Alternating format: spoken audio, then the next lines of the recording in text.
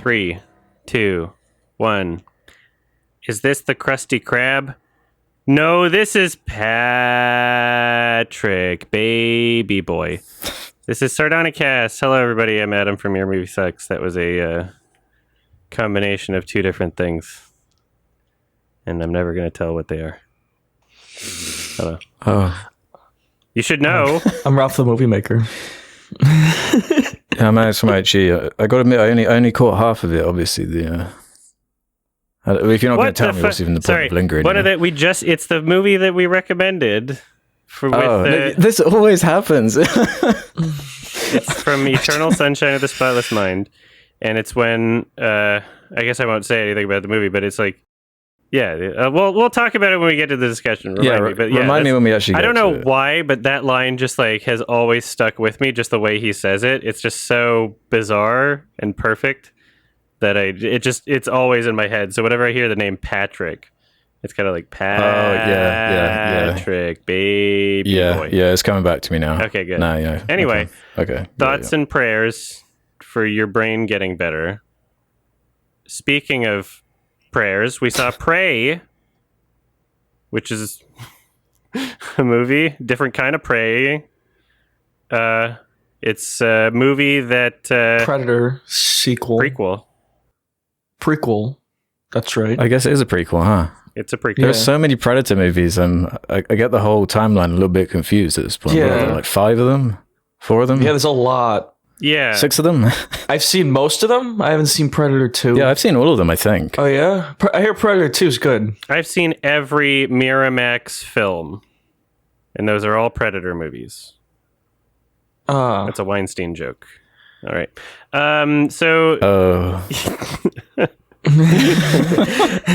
This is a film that I didn't know much about. I didn't know it was a Predator movie until like way into the news cycle. It was like almost released, basically. But before that point, there was a lot of viral marketing for it. And it seemed like every week there was some article at the top of Reddit being like, Prey is the first movie ever to have a Comanche dub. And people were just like hyping this thing up for a while before it's released. Oh, yeah. Yeah, that was cool. Yeah. Was it? I watched it that way the second time. The second time? Yeah, the second time. The first time I watched it in English. So is it just dubbed, or is it actually each shot was filmed twice? Okay. It's a dub because they're fucking cowards. And if you listen to one of the producers, she's in an interview saying that they were originally pitching the movie as a film filmed in Comanche, as if like that was the original idea, but then a studio merger, she says, sidelined the idea. I wonder what merger they possibly could be talking about. This 20th century Hulu production that's on Disney Plus right now. Fucking Christ. That's so annoying. Disney. No balls. You fucking cowards. That would have been perfect. That would have been cool, but I don't know. I don't know. You're going to release a whole movie. It would make the whole movie better. What are you talking about? It would have been cool, but it didn't like ruin the whole thing for me. No, it didn't ruin it. It didn't ruin it. It doesn't ruin it, but it would have made it better, right? I don't know. Yeah, I think it would have been better, but I mean... I think... I don't know. Because, like... There's only so much you can do with, like... There's a lot of movies that exist out there where they're speaking English and the characters are obviously in a... we're pretending that they're not. So, like, The Pianist. Right, there's a ton of movies. Yeah, Schindler's List. And they're all speaking kind of with, like, Polish accents or whatever. Chernobyl. But those particular films have so much more going for them in terms of, like, authenticity that it only takes me, like, I don't know, 5-10 minutes of being kind of annoyed, and then I'm into it. Whereas this film, I'm kind of annoyed throughout the entire movie because they look like actors the entire time. They look like actors. They act like actors. Their acting's bad. I don't know. I was really into it. That's fine. I was really into it, yeah. So, yeah, I felt that way for, like, the first 10 minutes, 15 minutes. And I was just fine with it, to be honest. Yeah, especially, it's not really dialogue heavy or dialogue driven. It's mostly, like, action and, like, running around. Well, yeah, like, it's a Predator movie. Like, they're pretty silly. They're pretty silly movies, They have a certain tone to them. Dialogue's a good, at least half of the movie. It's the best Predator movie in fucking forever. Probably since the original one. Yeah, I understand why people are excited. Yeah, I'll give it that. Like those Alien versus Predator movies. Have you seen those? Yeah, guys? I've seen them all.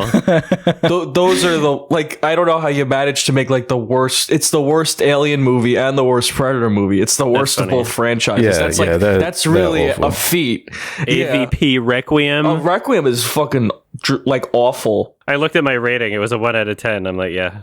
Yeah, Alien versus Predator is bad, but Requiem is just like absolutely like that's probably one of the worst movies I've ever seen. Like bottom 50, like around there. So like bad. Holy shit, it's they so like don't bad. show anything. Yeah, it's awful. You'd think I'd love it because they like kill children in it, but No. Yeah, they kill like really the girlfriend character, whatever. I didn't even like it like when I was younger. I'm like, this is just like lame. Yeah. And like I remember the director saying like, what's scarier, an alien in space or an alien in your backyard? I'm like, an alien in space, because when you're in no one can hear you space, scream, man. there's the isolation element. Like you can't just like call 911 or whatever. Like it was roll so up a tank or bad, something. that movie. Yeah. This was much better. The kind of like the Predator actually has like a huge advantage over like the Comanche in this, and that was interesting. Like the whole Comanche thing was interesting, and I like the casting decision to like cast all Native Americans. I thought that was a cool decision. Yeah, it's a cool like angle. It is cool as a like how the movie was made sort of thing, but in terms of like how it translates on screen, it doesn't make a difference to me when the actors are kind of bad. The line delivery on so many lines was just like poor writing, poor delivery. It was so bad. I'll have a video coming out about this in like a week or two. I'll show some examples, but like holy crap, there's so much like cringe eye-rolling line delivery in this movie. I'm like, fuck, if it was like great actors, then I would be able to appreciate that casting. But it's like a smaller talent pool you're working with. They're only like Native Americans in it, so that you have to like cast a certain group of people. They might not be as good as like professionally trained actors in Hollywood. Yeah, but then you get the right director and they take non-actors and just, they just know how to work with them. Right? Yeah, you never know. Gran Torino kind of the same problem, the Clint Eastwood movie, because they cast from a very specific country. Yeah. That didn't really bother me. I thought the acting was fine. Well, my only issue with it really was the effects, the VFX at points. That was like my only issue. Some of the animals looked better than the others.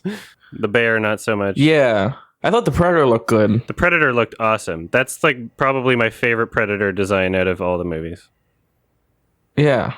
That bone mask and like, it looked so some cool stuff going on. Yeah, still using like the practical like mandibles and stuff. That's what it looked like so anyway. Primal. Mm-hmm. It was like a nice, healthy balance between CG and practical. Action. I like that it's invisible most of the time too. That makes it like scarier. Like they really built up to it.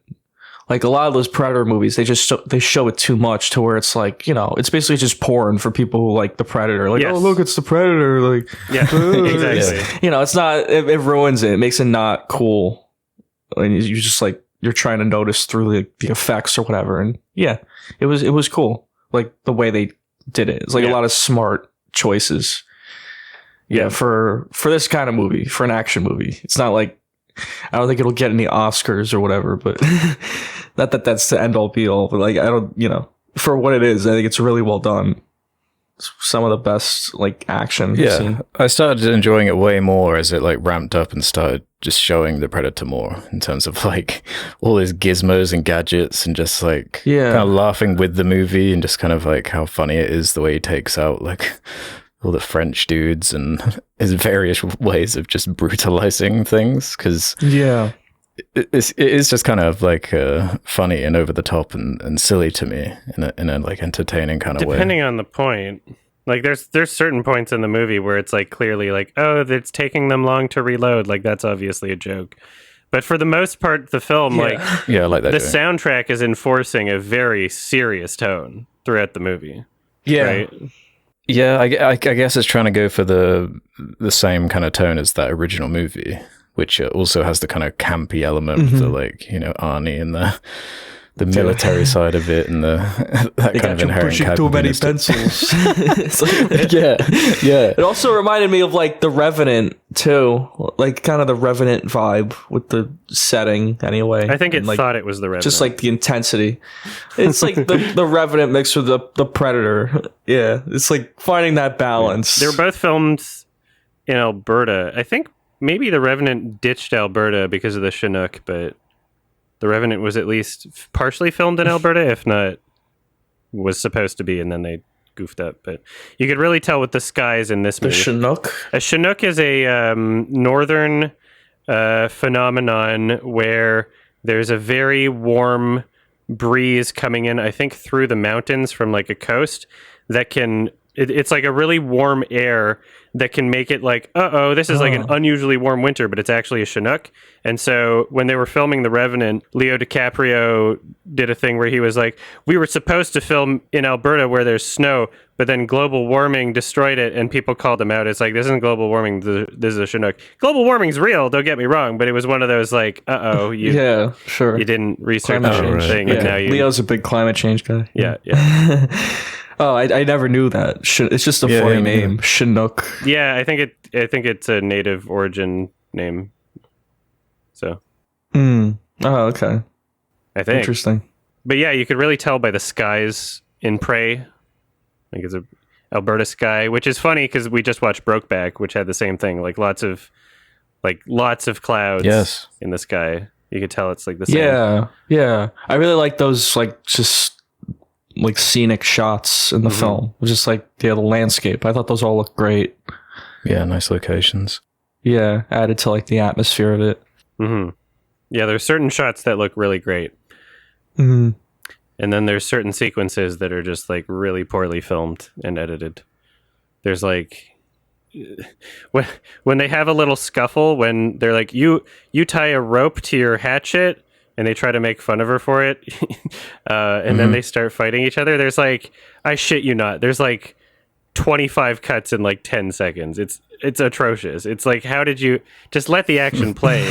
There's a lot in this movie where it's clear, like, depending on who's in the action scene, depending on who's in the sequence, they'll just add more cuts because apparently they couldn't possibly film it in a way where it looked convincing. It was just... right. Some of the action looked great. Yeah. Like when it was the Predator versus like the French guys, there were like some, a couple long shots and some cool stuff going on. But yeah, that was really one of my favorite sequences in the movie. Yeah. The whole setting. Yeah, of like I don't know. That didn't really bother me.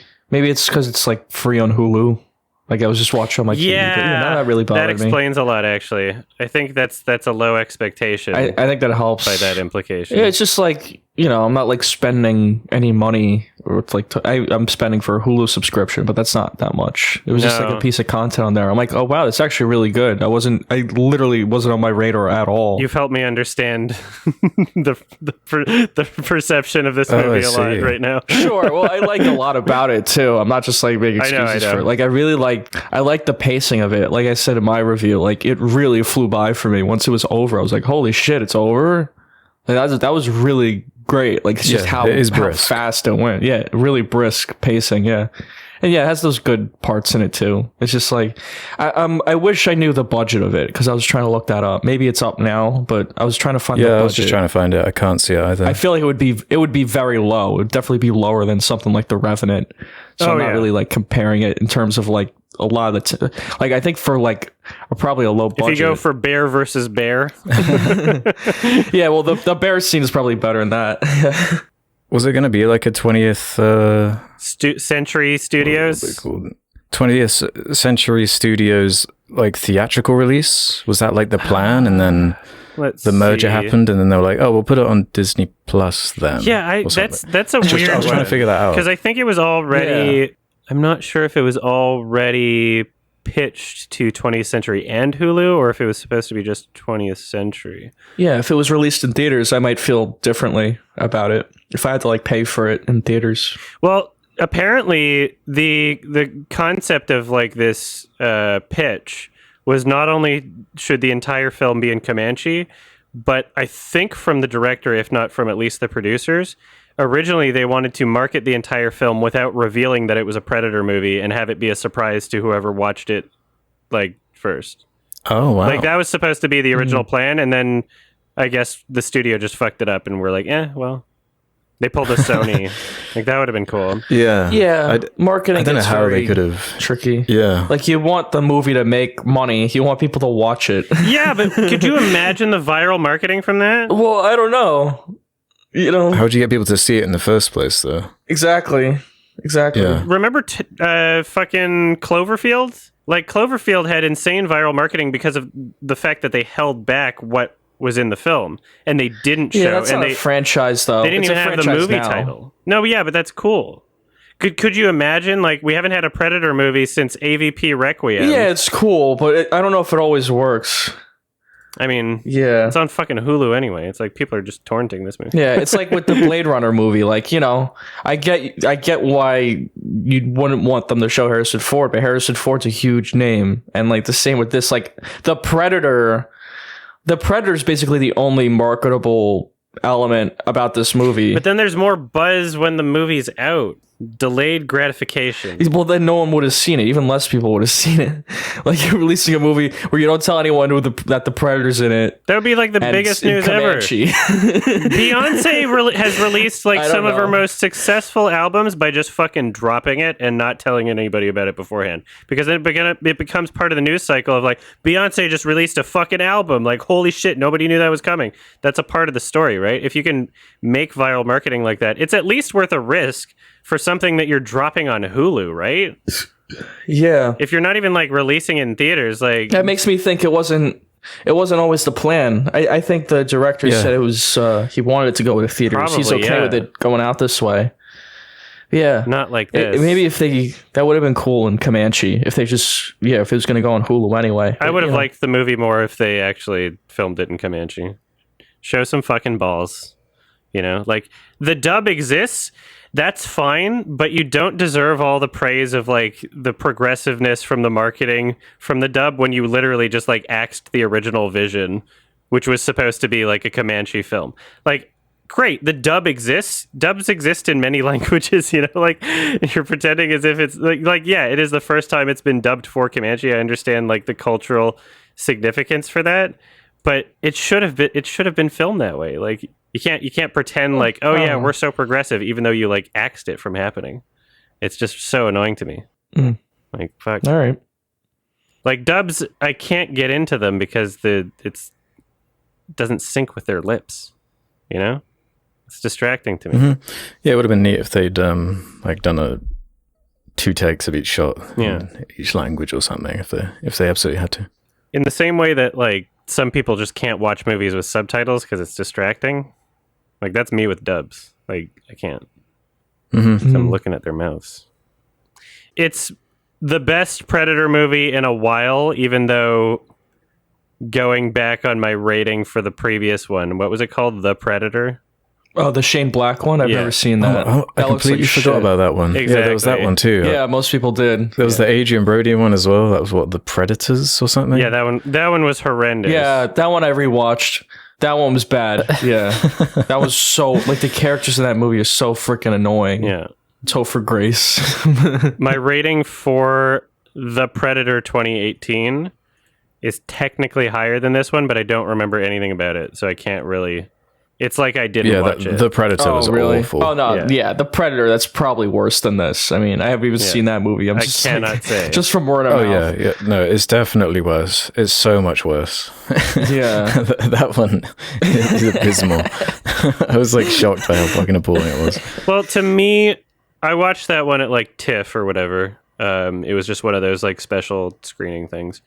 And it was like in a theater filled with like diehard Predator fans, and like the energy was like really high for some parts because, they just got to see their favorite little action figure on the screen or whatever.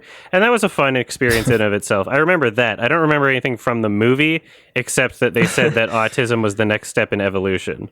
That's the only part of the movie. That sounds interesting. Little kid with autism thing. Yeah, that's weird. But if I can justify why the rating is higher than this newest film, Prey, even though I don't remember anything about the previous one, it's because in my memory, at least, it seemed as if that movie kind of thought it was a bit more of a joke than this movie does.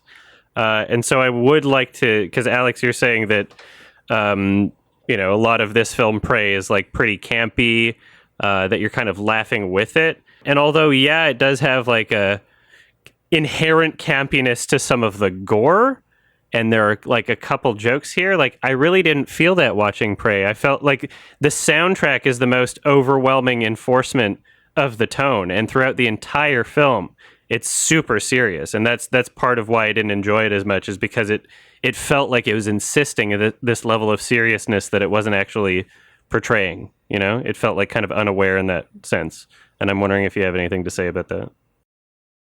I guess my thing is that outside of that first Predator movie, I don't really get why he's such a, well, it's such a recurring like character that deserves this whole like franchise. Because the whole hook of that first movie is he's like, it's a mystery. Like, what is taking out these like super buff, silly army commando types?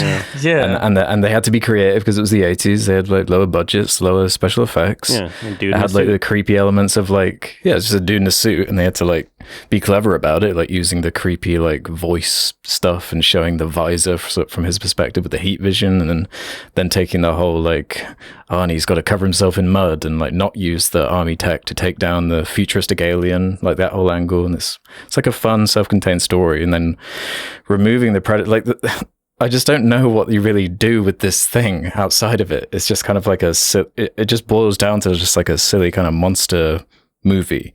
So then like having the scene where he's taking out all the French soldiers or whatever, and it's just like the excess gore and like getting as creative as possible with the gadgets, like the nets that like cut people into pieces and decapitating people. That was fun. To me, it's just like a silly creature to me. I think they balanced the tone well. It's like somewhere in the middle, I'd say. Like being campy and being serious. Like it's like a fine line they like managed to like stay on for most of the movie. Yeah. Except maybe the end. I guess I would need someone who genuinely finds the Predator like really cool, Yeah. Like I don't really get anything about it. Yeah, like when he's like he like decks a bear that's like chasing after him and stuff, and that's kind of like funny to me, but I know there are like genuine Predator fans would love that, like him picking up a bear, and that kind of stuff. But I don't know, to be honest. Like it's kind of an excessive character at a certain point. Yeah, I never really felt as if I was laughing with the movie, despite there being clear attempts at humor at points. It felt very few and far between. It felt like the excessive gore parts was, at servicing this idea of like looking really cool and being really epic, while, consistently there is this tone, there is this danger of like the main character's like, oh no, I'm in danger and I got to kill this thing, and like the tone of the film didn't reflect like it felt like it took itself particularly seriously. It felt like it took itself more seriously than like Alien versus Predator. Like that felt much more campy than this, right? I don't know. Yeah, I guess it's that balance of like how much of it is intentional, how much is unintentional. It's difficult to know sometimes. Like you don't think some of the excessive violence is just kind of like a fun like it's so over the top. It's so like silly. Yeah. I mean, there's still over the top, excessive and silly violence in other films that take themselves seriously too. But they earn it a bit more by having things like, I don't know, better acting. I'm trying to think of a good example. Like even in The Revenant, like there's like crazy, like that bear thing, like that's pretty fucking over the top and like brutal and excessive, but the way that it's played off, it's like, okay, well, this doesn't take away from the seriousness, even if that is the case, right? Perhaps I'm a bit influenced by the marketing and like the Reddit post every week talking about how groundbreaking and unique this film is. When and I don't know, even the reception of people talking about how it's like some crazy groundbreaking unique thing, and I watch it, I'm like, this is just the same movie I've seen a billion times before, you know? Yeah, I didn't engage with any of that marketing, but I was hearing like good things about it. Like, she's like, oh, no one will believe that that I can be a hunter. I'm like, okay, well, she's gonna, spoiler alert, you know, as soon as she says, oh, I'm gonna be a hunter, nobody can believe me because I'm a girl. I'm like, she's gonna come back with the head of the predator as a trophy, and then that exactly happened. You know, like there's the dog, her dog friend runs away at the end of the first act. I wonder what's going to happen at the end. Oh yeah, it comes back and saves her at the end. Like, doy, you know, like everything played out in the exact same sequence that I imagined from like the first part of the movie. I'm like, okay, this is kind of just pedestrian. It was unsurprising. It wasn't scary. It wasn't like, you know, it didn't do anything special for me. And so I'm just like looking at the reception and the marketing of like people treating this like it's some crazy thing, when in reality it's just like, oh, okay, this is the best Predator movie in a while probably, and it's a Hulu thing, so I guess people weren't expecting much. So I don't know. Yeah, I'm probably not going to really think about this movie again, but I thought it was fun. I thought it was fine. I wasn't particularly bored. It kind of delivered the beats you'd want from like a contemporary Predator movie, I guess. It didn't annoy me like the Predator or Predators with Adrian Brody. Is that what it was called? Yeah, Predator. I can't keep it straight with all this stuff. Yeah, titles. It seemed like it was made by someone who actually like cared about the original and wanted to kind of channel some of the same stuff. Yeah, reinvent it. But yeah, I'm with you with like the some of the acting isn't up to snuff. I really wasn't into the first act particularly. I really have a thing about like excessive CG animals. I know like they kind of have to be there, but yeah, I can forgive like a CG deer and 3 billboards or something. That's like, okay, whatever, you know, it's like 1 or 2 shots. But when it's like, it's so crucial at a certain point, I just start thinking, man, I know they'd never do it, but just make it animated at a certain point. It's so like silly, you know, like just skinning all this stuff, like the CG snakes jumping around. CG. Yeah, animate every character. Yeah, it would be better. It's the 80s conundrum. It's like, I feel like just the reuse of IPs at a certain point, like some of these characters have like lost all of what made them special or their panache to me anyway, because of just the excessive, like, is the Predator in Fortnite at this point? Yeah, exactly. Probably will be at some point. Yeah. It's like what happened with the Xenomorph from Alien. Like, I remember how frightening that thing was to me when I was a kid, but then just like over the years and like Alien versus Predator and all these stupid video games. Video games, this, like, all this marketing stuff, and then all the porn. Yeah, Terminators and Call of Duty now, right? It's just like, they just throw this shit in.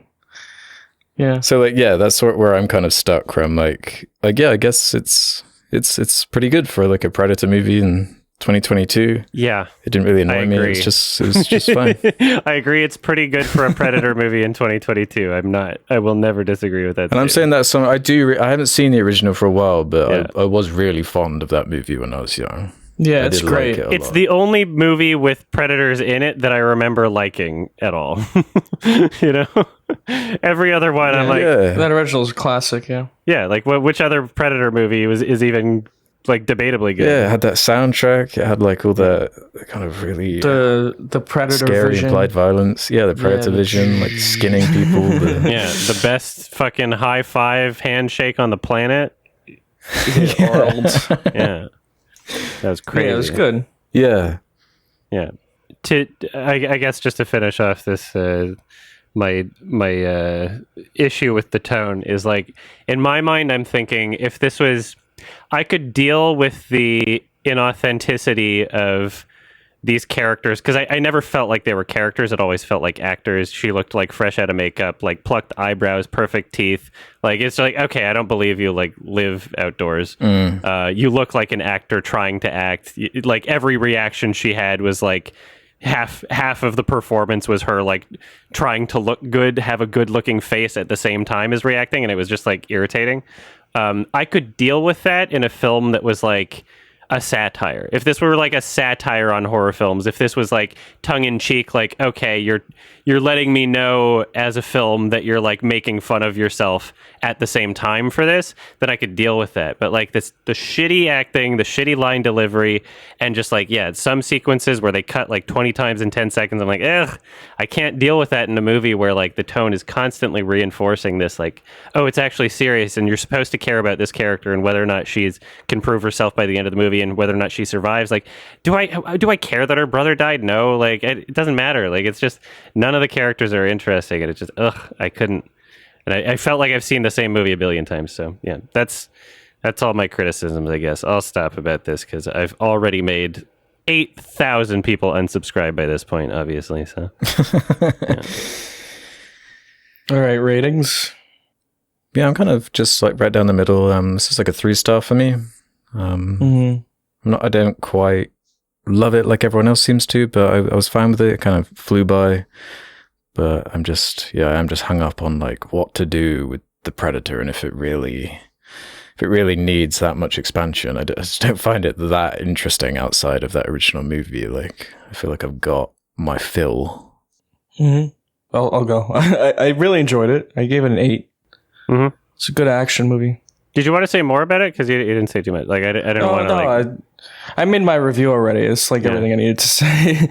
I gave it an 8. It's yeah. I really enjoyed it. I think the Predator fans would like it, but I don't even think it relies on being a Predator movie. Like, even if you haven't seen any of those, I feel like you'd enjoy it. I don't just view it solely as like a Predator movie. I think it's a good action film too. I think it would probably work just as well if this was the first Predator movie. For the people that enjoy it, it's like, it looks cool, and it would be It was a good like reinvention of it, and it's much better than I was expecting it to be, and better than most of the Predator movies that come out.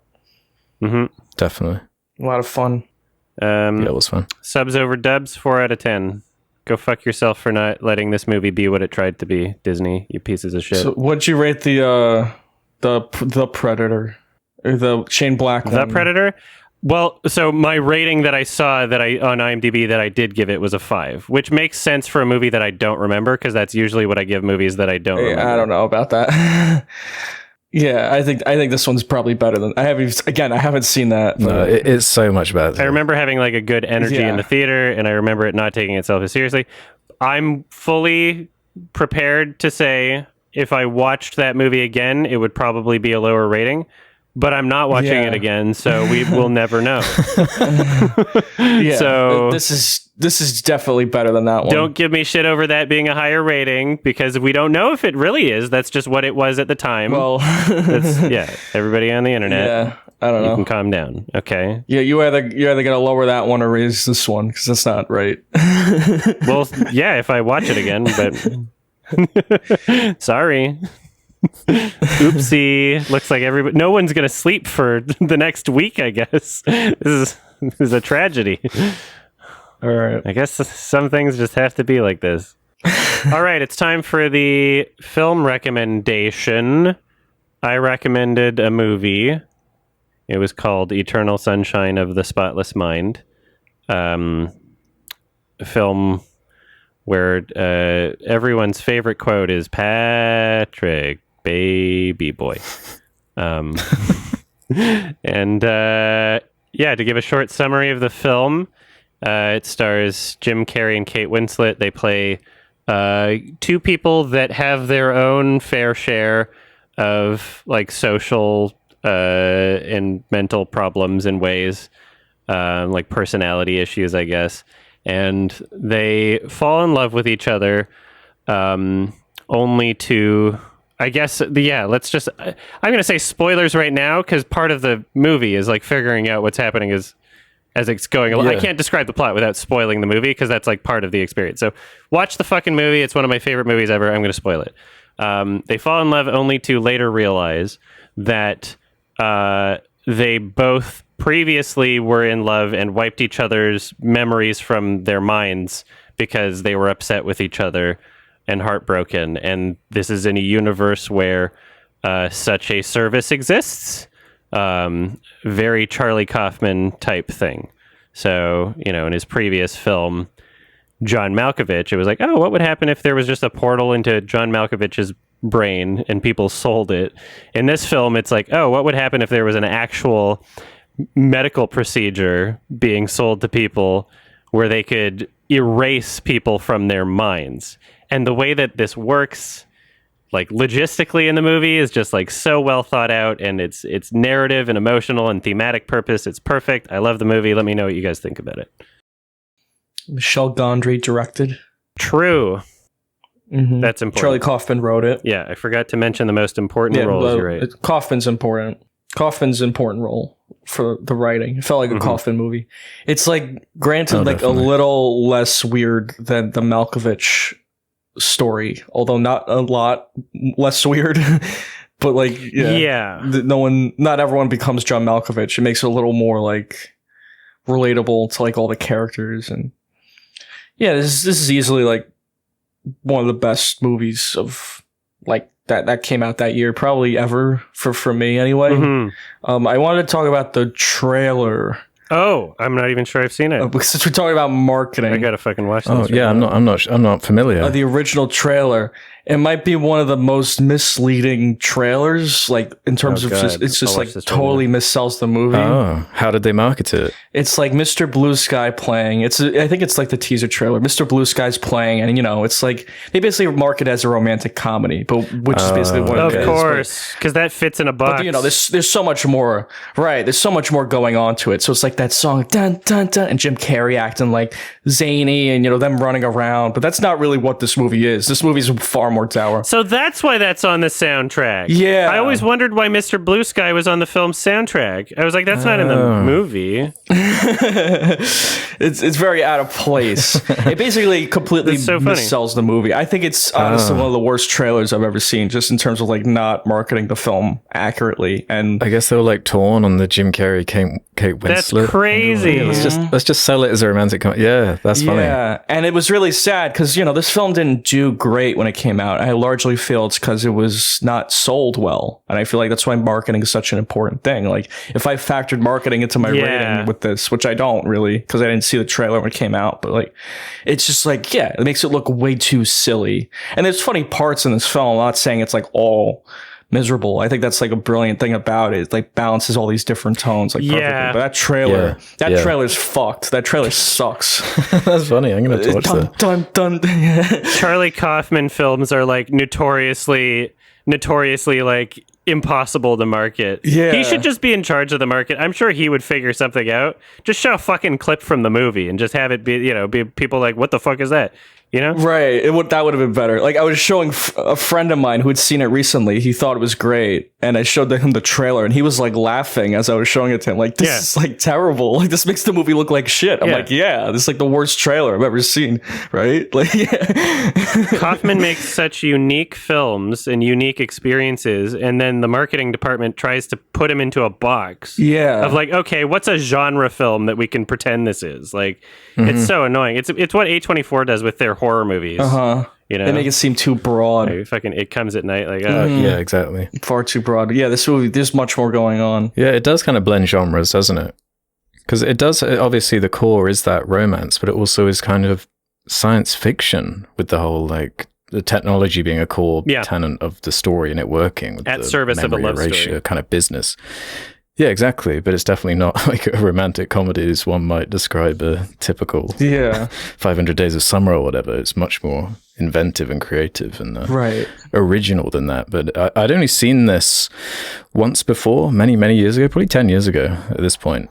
And I didn't remember just how like inventive and creative a lot of the just like the visual and kind of special effects, like the angles, just the utility of how they like would use the environment, how just certain shots were so creatively like intertwined. Like I remember the shot where Jim Carrey's like leaving where Kate Winslet is working, and the like lights like shut off behind him as he's walking, and then it like seamlessly cuts back into his friend's house, and it's all just like, it's also seamless. You're not even thinking about.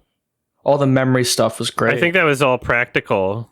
I think they just like had like I think they just like shut off the lights behind him and then had like a fake like door frame and wall set like built into there, and then before they cut to the other, like I think most of the overwhelming majority of the effects in this film are all like practical, with like a couple CG things, but yeah, that's just one tiny example. There's so many, like the whole forced perspective stuff towards the end.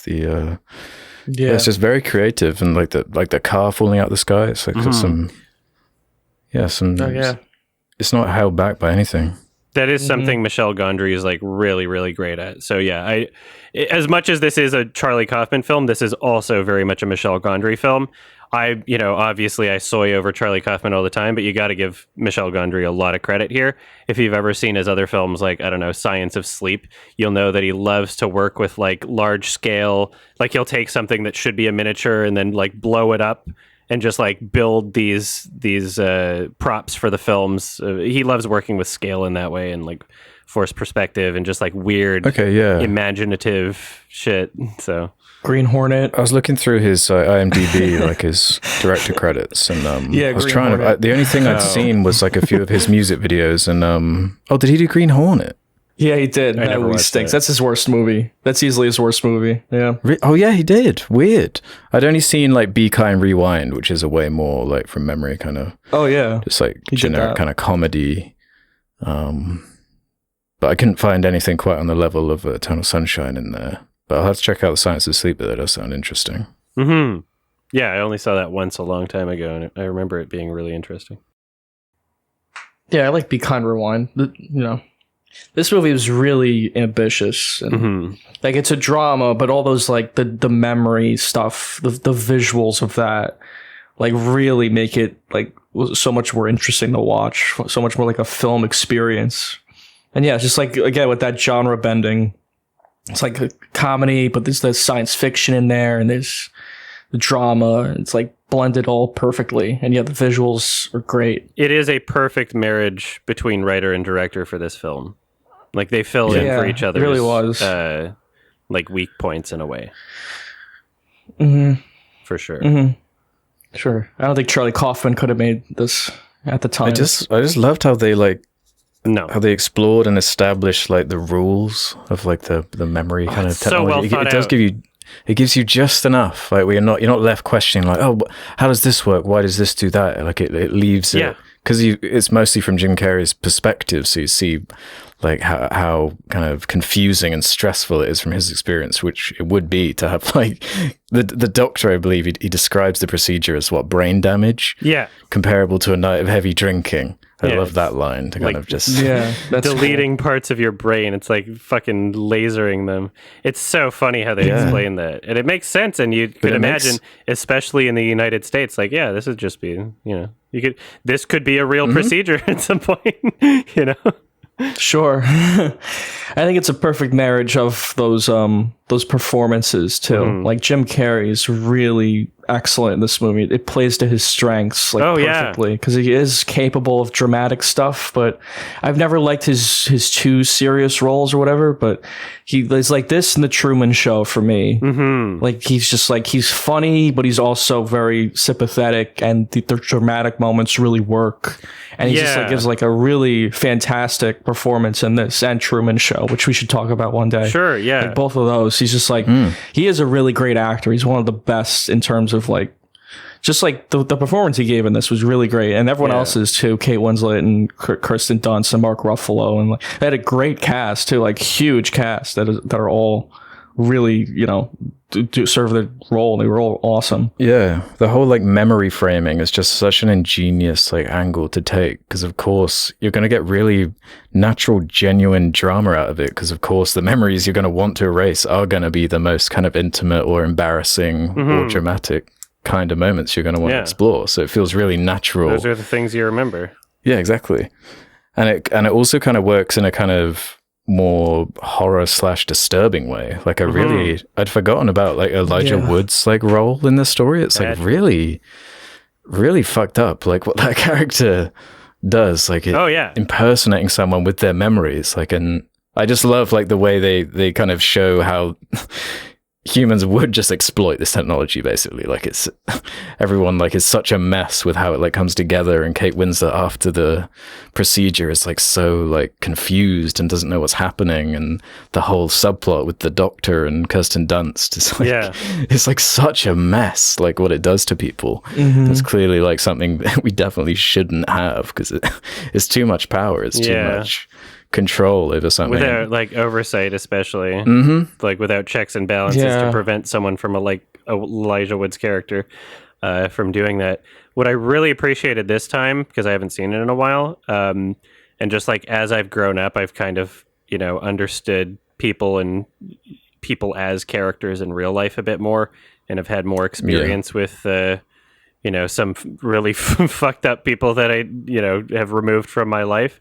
And the way that Patrick is portrayed is so on point for like a manipulator, like kind of a sociopath person. Like the way he can't help himself but to like brag about his little accomplishments and be like, oh yeah, I stole the panties, sort of thing. Like he had to tell someone else about it. Like that is so accurate and on point for like that type of person.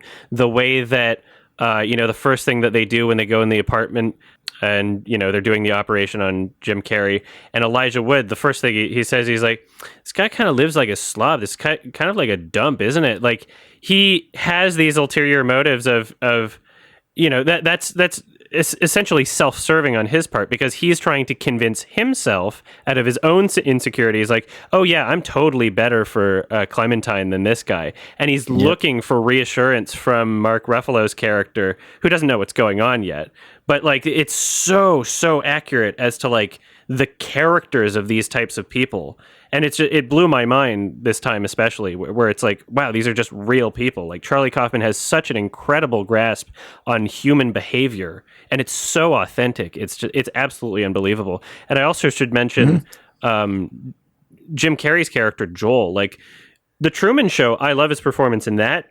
But I would say that is essentially like, it feels like a Jim Carrey, almost familiar to other performances, but without the wackiness. It's like his most serious parts from other movies, and it's more genuine and more consistent. However, in this film, he's playing like a very different character. Like his mannerisms, the like soft spokenness of his character, and you can feel the insecurities and unconfidence breathing from his mannerisms and the way he speaks. Like he's living that person, and it's just really incredible. He's a different character for such sure. a very well thought out, great, well developed, consistent character. It's probably my favorite performance from him. It's so great. For sure. One of my favorites from him easily. This film is very short, only an hour 48 minutes, and it says like a lot in that time. That's like it's just like a film I go to is like, that's a short film, and it was perfect the way it was. Yeah, that's all it needs to be. It didn't need to be any longer or shorter. It's absolutely perfect. It's the proper length. It didn't need to be over 2 hours long, like most movies are now, or have always been, I guess. But let's just like, it doesn't need to be any longer than it is. It's like absolutely perfect, and not a single moment feels like it's dragging on. Like everything feels completely justified. I tend to like stories that like are cyclical, and like the ending ties back into itself and into the beginning of the film, and like with the whole memory thing, that's basically exactly what happens. The whole movie is like it's just like a cycle. Like you could see it that way. Like they lose the memory and they get back together. Like, but I love that. I think that's such a unique. Like I love the ending. Yeah, like reframes the whole beginning. Yeah. I love when movies do that and make it like make sense in the story. And that was really brilliant. Like the way this film ended, and the imagery of the ending, the repeated shot that just cuts, and like it's just so much like significance to that. I thought it was like absolutely brilliant, like the ending and like, how it makes you want to watch the film again with like, now you have that framework. Like it's the kind of film you need to watch again to understand like really what it's trying to say. And you want to watch it again because you understand it so much more. And the fact that it's so short makes it so watchable. Makes it so much more like easy to watch again.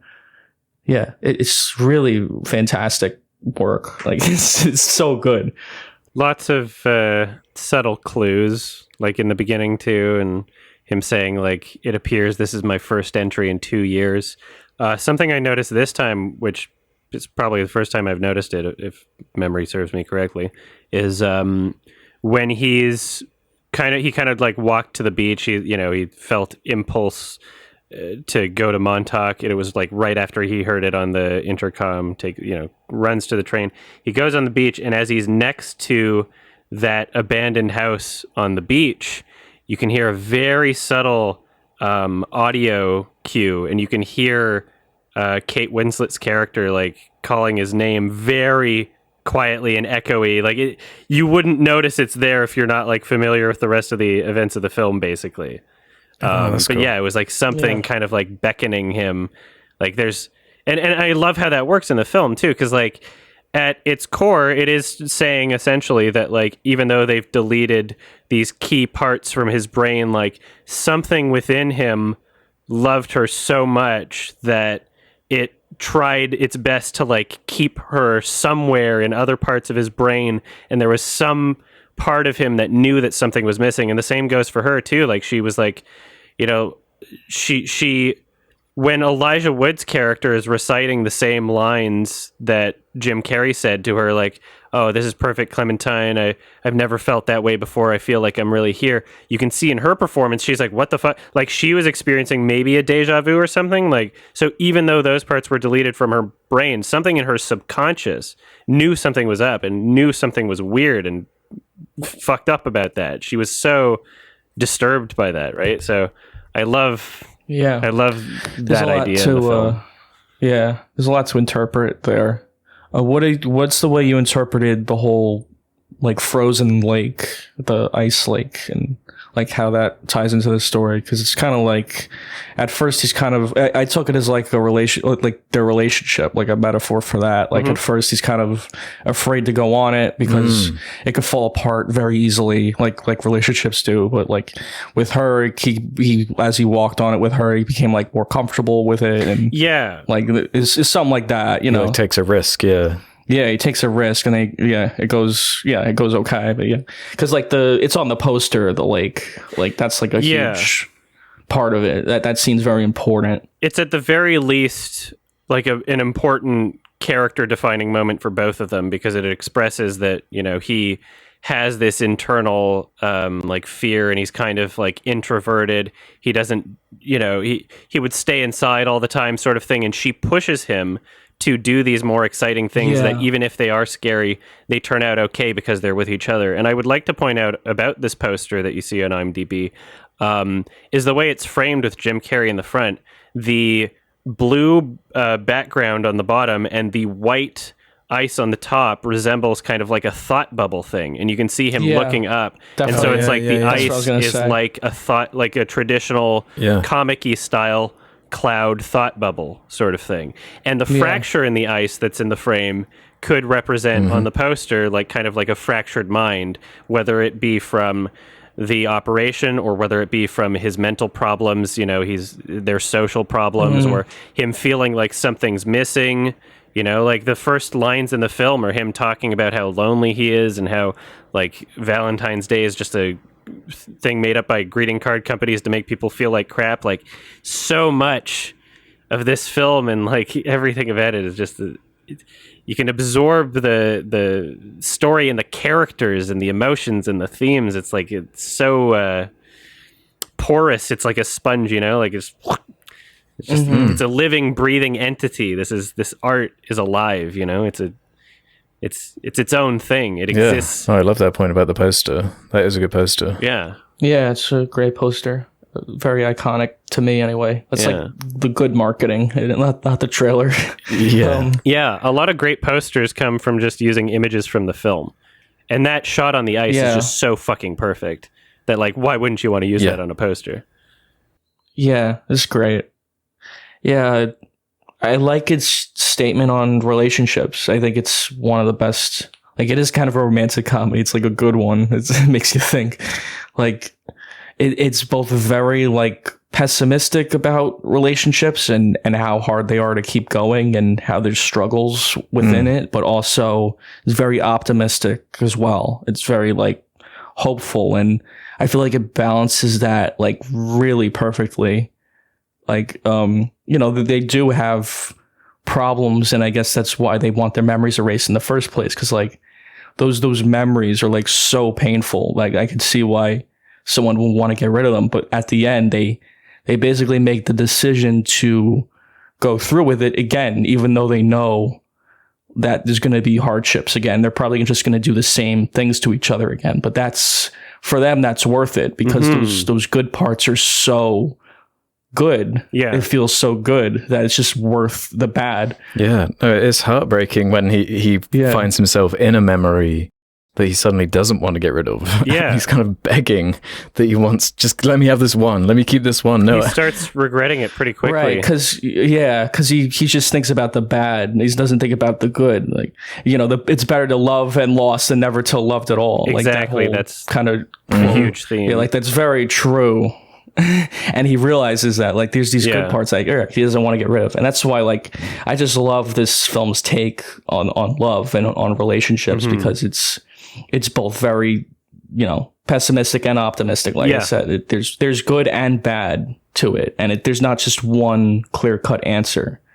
And you know, maybe it is worth it, maybe it isn't. But these characters at the end, like, I love that last dialogue where they're just like, okay, exactly, and they like laugh at each other. Like perfect. That's such a that's brilliant beautiful way to end the movie in terms of just the dialogue, not the imagery. It couldn't be. Yeah, that's such a great way to end it. It was like, and then the music starts. I'm like, wow, that actually like that gets something out of you, like genuine emotion out of you, which is not something most movies can even think of doing. Like, it's just so brilliantly written and done, performed in that scene. Like, they were both great in that scene too. Another emotional highlight is, I guess, his last memory, where he's kind of come to terms with like what is happening, and he's just like, let's just enjoy this this last moment. So stay. And the whole like house thing and all the symbolism of it. And I also really like, because like the story kind of like deflates to a natural point after his memory is wiped.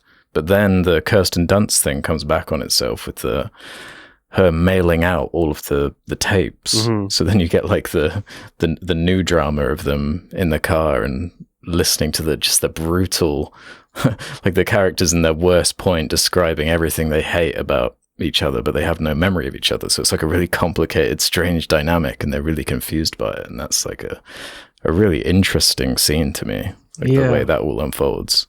It's incredible.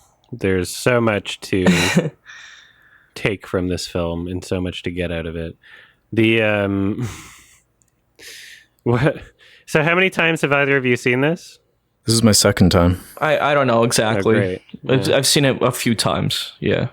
I've seen this many times. The first time that I watched it, I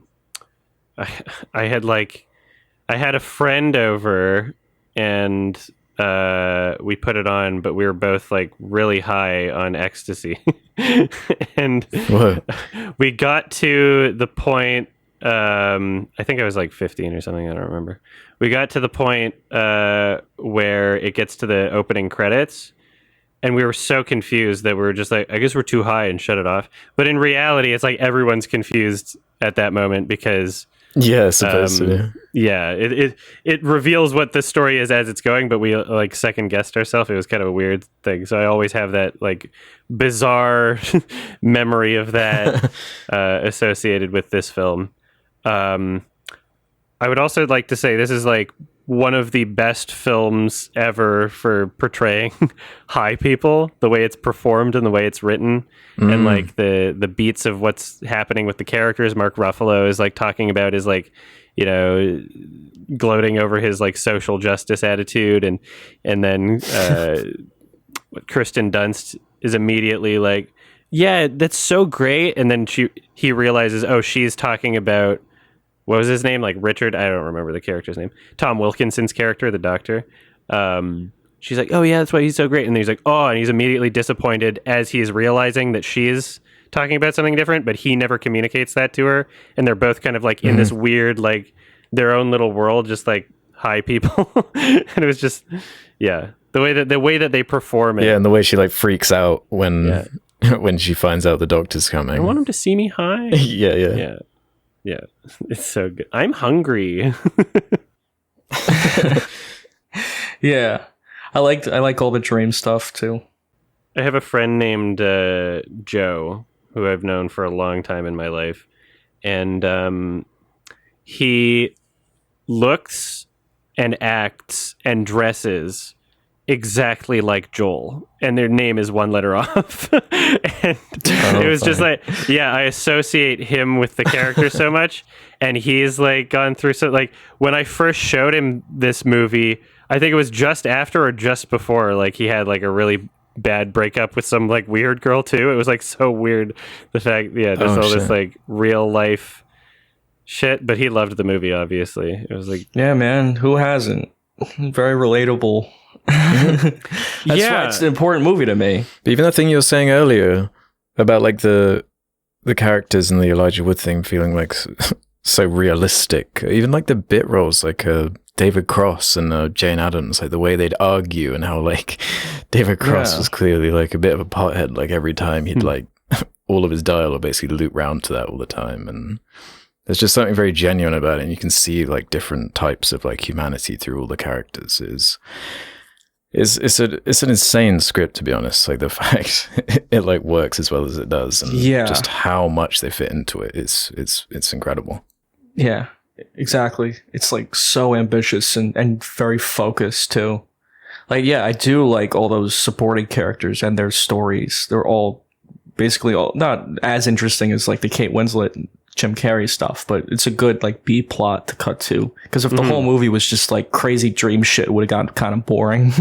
But there's all this other shit, like exploring the world of it, making the world of it seem very like believable. I do like movies that aren't just like, there's definitely allegorical things going on here, but there's a literal explanation for everything as well within the world of it, and they flesh that out and make it like very palatable for like a general audience. So like, it's like, it's like a dream. They erase your memories or whatever. It's a business. And they play with that. Like Jim Carrey filling out the forms, or like going to the doctor's office and talking about like, what he needs done or the procedure. Like, this is very believable to anyone who's like been in a doctor's office before. Like, grounding the situation, making it feel real. And that's why the emotion works. Like, it's not just like this allegorical movie. Like, there's a lot of things to like, there's just a lot going on. It's not just a trippy dream, it's a very grounded trippy dream. It makes sense. Because there's tension, there's a ticking time element with the like he's basically that too. It's basically a chase scene through his subconscious, like trying to run away from this procedure that is like systematically destroying all of his memories. It's like it's really interesting. He doesn't really realize what he's like getting himself into. Like, no, because he was doing it because he was hurt, right? She did it like impulsively from being hurt, and he kind of did too. He was like, "You're going to do this to me," like. But I think part of him knew, like, he was hurt in the moment, and he hated her in the moment. And when he recorded all of that shit on tape of talking about how, all this stuff that he's sick of her and that she fucks other people to get them to like her and stuff like that, like, being hurt by someone can really like influence your overall perception of them in that moment. Like, everybody's emotions can basically be a lens on how you feel and how you're acting. It can rewrite memories and recontextualize things in that way. And he wound up regretting it so quickly. It was only like a couple memories into it where he was like, "Oh shit, I actually don't want this," because he loves her. He's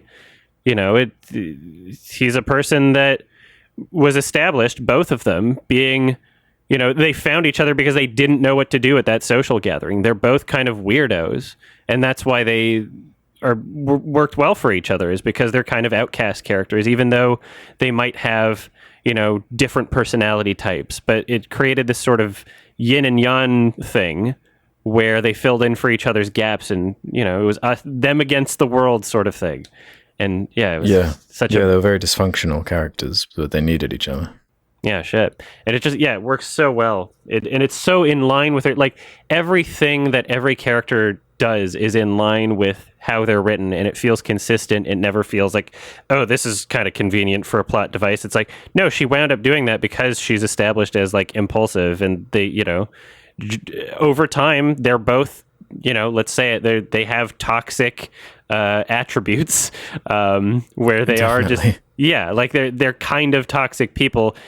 maybe in ways that they can work on it, and hopefully if we imagine the timeline, there's never going to be a sequel, thankfully, but if we imagine the timeline later, hopefully they could work on it and be like, okay, we know that we're going down this path again, let's try to work through it and be better people. We know that it's better to be loved and to lose than to never have been loved, sort of thing, you know. Maybe they can fix their toxic behaviors in that way. But maybe they can find something that works. We don't need a sequel. This movie to me is the sequel. It's just like the same perfect thing ending. keeps happening their whole lives. Yeah. They just keep doing the same thing to each other. Well, I don't know if it'll get to that point. I don't know. There's part of me that it leaves it open-ended enough that maybe with that information, with that forewarning, that they can try it different this time, you know? That they can be like, okay, we're getting to the part where I'm starting to feel like when I said this in the recording, but I know now I have like a clear memory of me being like, well, I didn't think about that about you, and I still love you, and you know, like they remember the nice parts about each other or something, and it helps them get through. I don't know. I'd like to think that there's a happy ending for these characters to be with each other.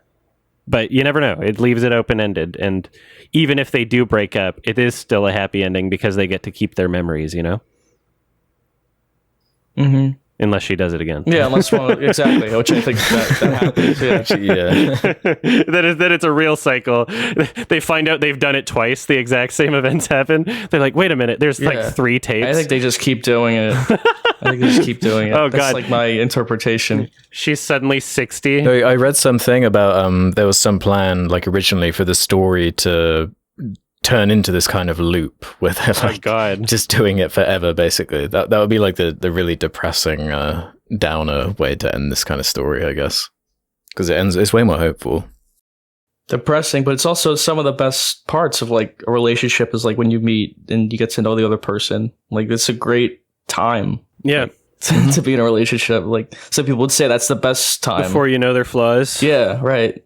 And so like they infatuation, in some ways it is like kind of hopeful, but you know, that would be funny if you're just like 60 years old and like still doing the same thing, but you know, you don't know. That's why it's a good story. It's like easy to interpret it many different ways. One way in which I appreciate the writing for this film is I try to imagine how myself or someone else, anyone else really, would have written parts of this film. So it's like, let's say you start out with the concept of like, okay, there's like a service where they erase your memory. Like anyone else would have had the procedure done in a clinical setting, like at the hospital or at their office or something. But because Charlie Kaufman wrote it so that it's taking place in his home, which makes sense narratively because they want him to wake up there and they don't want him to know the procedure happened. That's part of the procedure. That provides so much narrative opportunity for showcasing the other characters exploiting him by like taking his drinks and like playing music and smoking weed and blah blah blah blah blah, all that like immoral shit that they're doing. And it'll like it helps for, you know, all these seeds like being planted later of like, oh, I thought I had more to drink and stuff like that. Like there's so much more narratively you can get out of that because of that decision. It's like there's so many examples of like just making little tweaks and then you get to like harvest more out of the story because you wrote it in that way. It creates drama. Yeah, the decision to have the previous memory versions of themselves not necessarily being played by children, that helped a lot because you can't. I'm sorry, like most child actors are shit. That's not how I saw it, but I really like that imagery, like the forced perspective of like them under the table. Like that was such creative, like, it's so much more creative. There's lots of ways it benefits. but I'm also saying that could have been a disaster if you got a real kid, you know? Yeah, maybe. Yeah. Like that could have been, that easily could have been a disaster in many of those scenes. And they did have a real kid in some of the scenes, but we had voiceover from Jim Carrey and it was like, you know, it was swapping back between his adult in the kid costume and the kid. the memories had like a dreamlike logic to it, so it was like it was fun. Yeah. You got that great joke. That's really funny. And it added to like the comedy, right? Like of them dressed as kids, and like Kate Winslet lifts up her skirt or whatever. Like that was funny. Like it adds a lot to the humor. It wouldn't have been as funny as if it was just like kids or whatever. Like that just wouldn't have worked as well. It's so wacky and out there. Yeah, that's when it gets really wacky, but it builds to that. Like it doesn't just start out wacky. Like it doesn't feel like a Quentin Dupieux film where it's like, oh, this is just wacky for the sake of being wacky and there's no point to it. It's like, no, this is wacky almost out of necessity for like the story that they're trying to tell. Like this is that is the eye of the duck scene. Or whatever. Yeah, it was great how it built up to that stuff. I was also going to mention the way that. So when Jim Carrey starts figuring out that none of this is real and that everyone he's interacting with is created by himself in his own brain, and that they are him, sort of, they're the manifestations that he's imagined of other people. When he starts figuring that out, and the way that he interacts with them is so incredibly genuine and realistic in terms of how that is. Like the doctor's saying, like. So Jim Carrey's like, none of this is real, and the doctor's like, yeah, this is about what it would look like. Yeah, you're right. Like, it's just like sort of matter of fact. Like, I feel like I've had conversations like that in my dreams with like characters. It feels so crazily real. And then you try to imagine if somebody else was writing that, right? And you would probably get something like a very sterile, matter-of-fact, exposition-heavy explanation of like, oh yes, this is in your dreams and blah blah blah blah blah blah blah, instead of it acting like the character. Like chances are that's how someone else would have written it. That's how I imagine anyway. Like it that feels like a familiar way of doing it. But then Charlie Kaufman just like manages to just it's like he birthed a living, breathing being. Right, and it exists independently of him now. Like the film, the story, the art form takes on a life of its own, and it's no longer, just someone's property. It's like it exists, right? It's real somehow. Mm-hmm. I love the imagery of the snow on the beach. I think like location and setting is like a huge thing, especially with that being reincorporated. Yeah, and just like the aesthetic of that. Yeah, right. Like the house and then it crumbling. Like all that imagery was really great. Yeah, with him walking through the that was excellent. Because you could imagine like metaphorically, like what is snow on a beach? Like beach is supposed to be this like happy, nice, warm, like vacation-y sort of area, but then you have this layer on top of it, like a layer of snow. There's barely any people out. Everybody's cold. It's kind of like miserable. The lighting is changed because it's overcast. You could interpret that as like, a layer of snow could be like I was saying earlier, like emotions can cloud your judgment and they can be like a lens that you view things through in your mind. Like that snow could be like a clouded judgment of like perception of the past based on, being upset at someone. It could be, there's many ways to interpret it. Who knows if any of them are intentional or if it just looked nice, right? But just such perfect imagery for what the film is going for, tone-wise and theme-wise. I love it so much. And the dialogue, too. So much of it is like really thought-provoking and memorable, or like biting. Like when it's insinuated by, I can't remember which character says it, but erased as a lark, like just how like hammering home how like impulsive she is and how other people see her and how like how much that crushes him. Or I really like that line towards the end where Kate Winslet says she's not a concept, because like there's this real thing like in movie the manic pixie dream girl type role where it can get lost in like not highlighting any of the dysfunction or just like turning characters into these kind of cartoonish, like tropey messes. But she feels much more real. Like it, like she is struggling. She's clearly not fully functional. Like she's really has her problems and feels like a real person and it isn't just this like idealized kind of person. And another one was the dining dead scene. A big fan of that one. Yeah. Jim Carrey's kind of like reminiscing about how he doesn't want to be one of those couples. Yeah, and I'm just realizing how now that you mention it, about her, being her own character and not this like caricature of like desire, like that's kind of like an important, like we could call it like a feminist representation in this film, that it is, if you break it down or oversimplify it, let's say, it is kind of a get the girl movie in a way. Like we're watching it through Jim Carrey's character's perspective, and like what is his function in the film. He's lonely, he wants to be with her, but she is very much like her own agency. She's not this like weird caricature of like what a male thinks a woman is, although technically it's written by a male and it's blah blah blah blah. But Charlie Kaufman understands people so much more than that she's like, oh wow, she's her own character with her flaws, and she's not perfect, and she makes her own decisions, if you want to say that. But I love her character design too.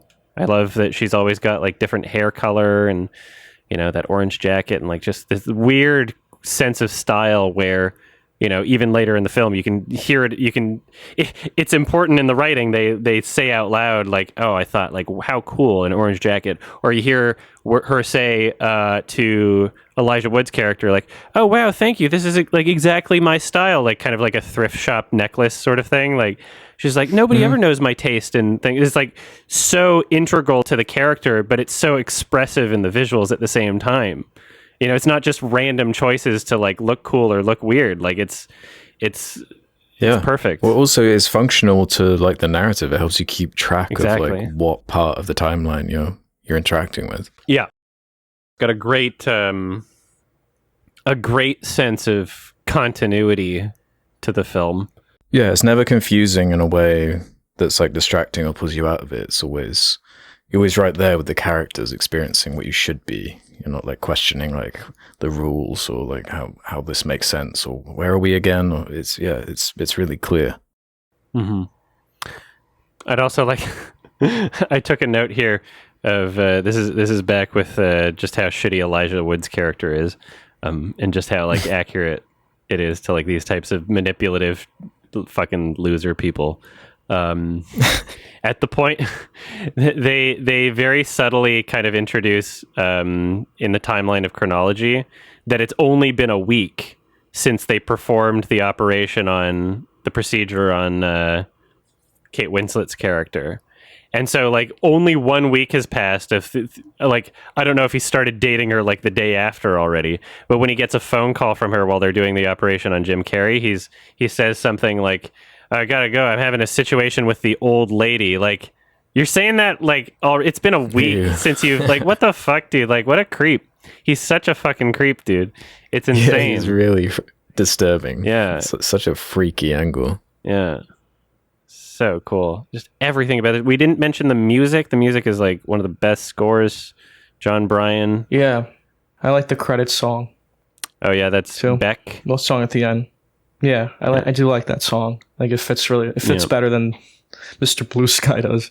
Yeah. I've been kind of quiet because I'm just looking into. So there was a 4K release of the movie. Yeah, I just watched 4K, which I got. Yeah, I watched it too. How was it?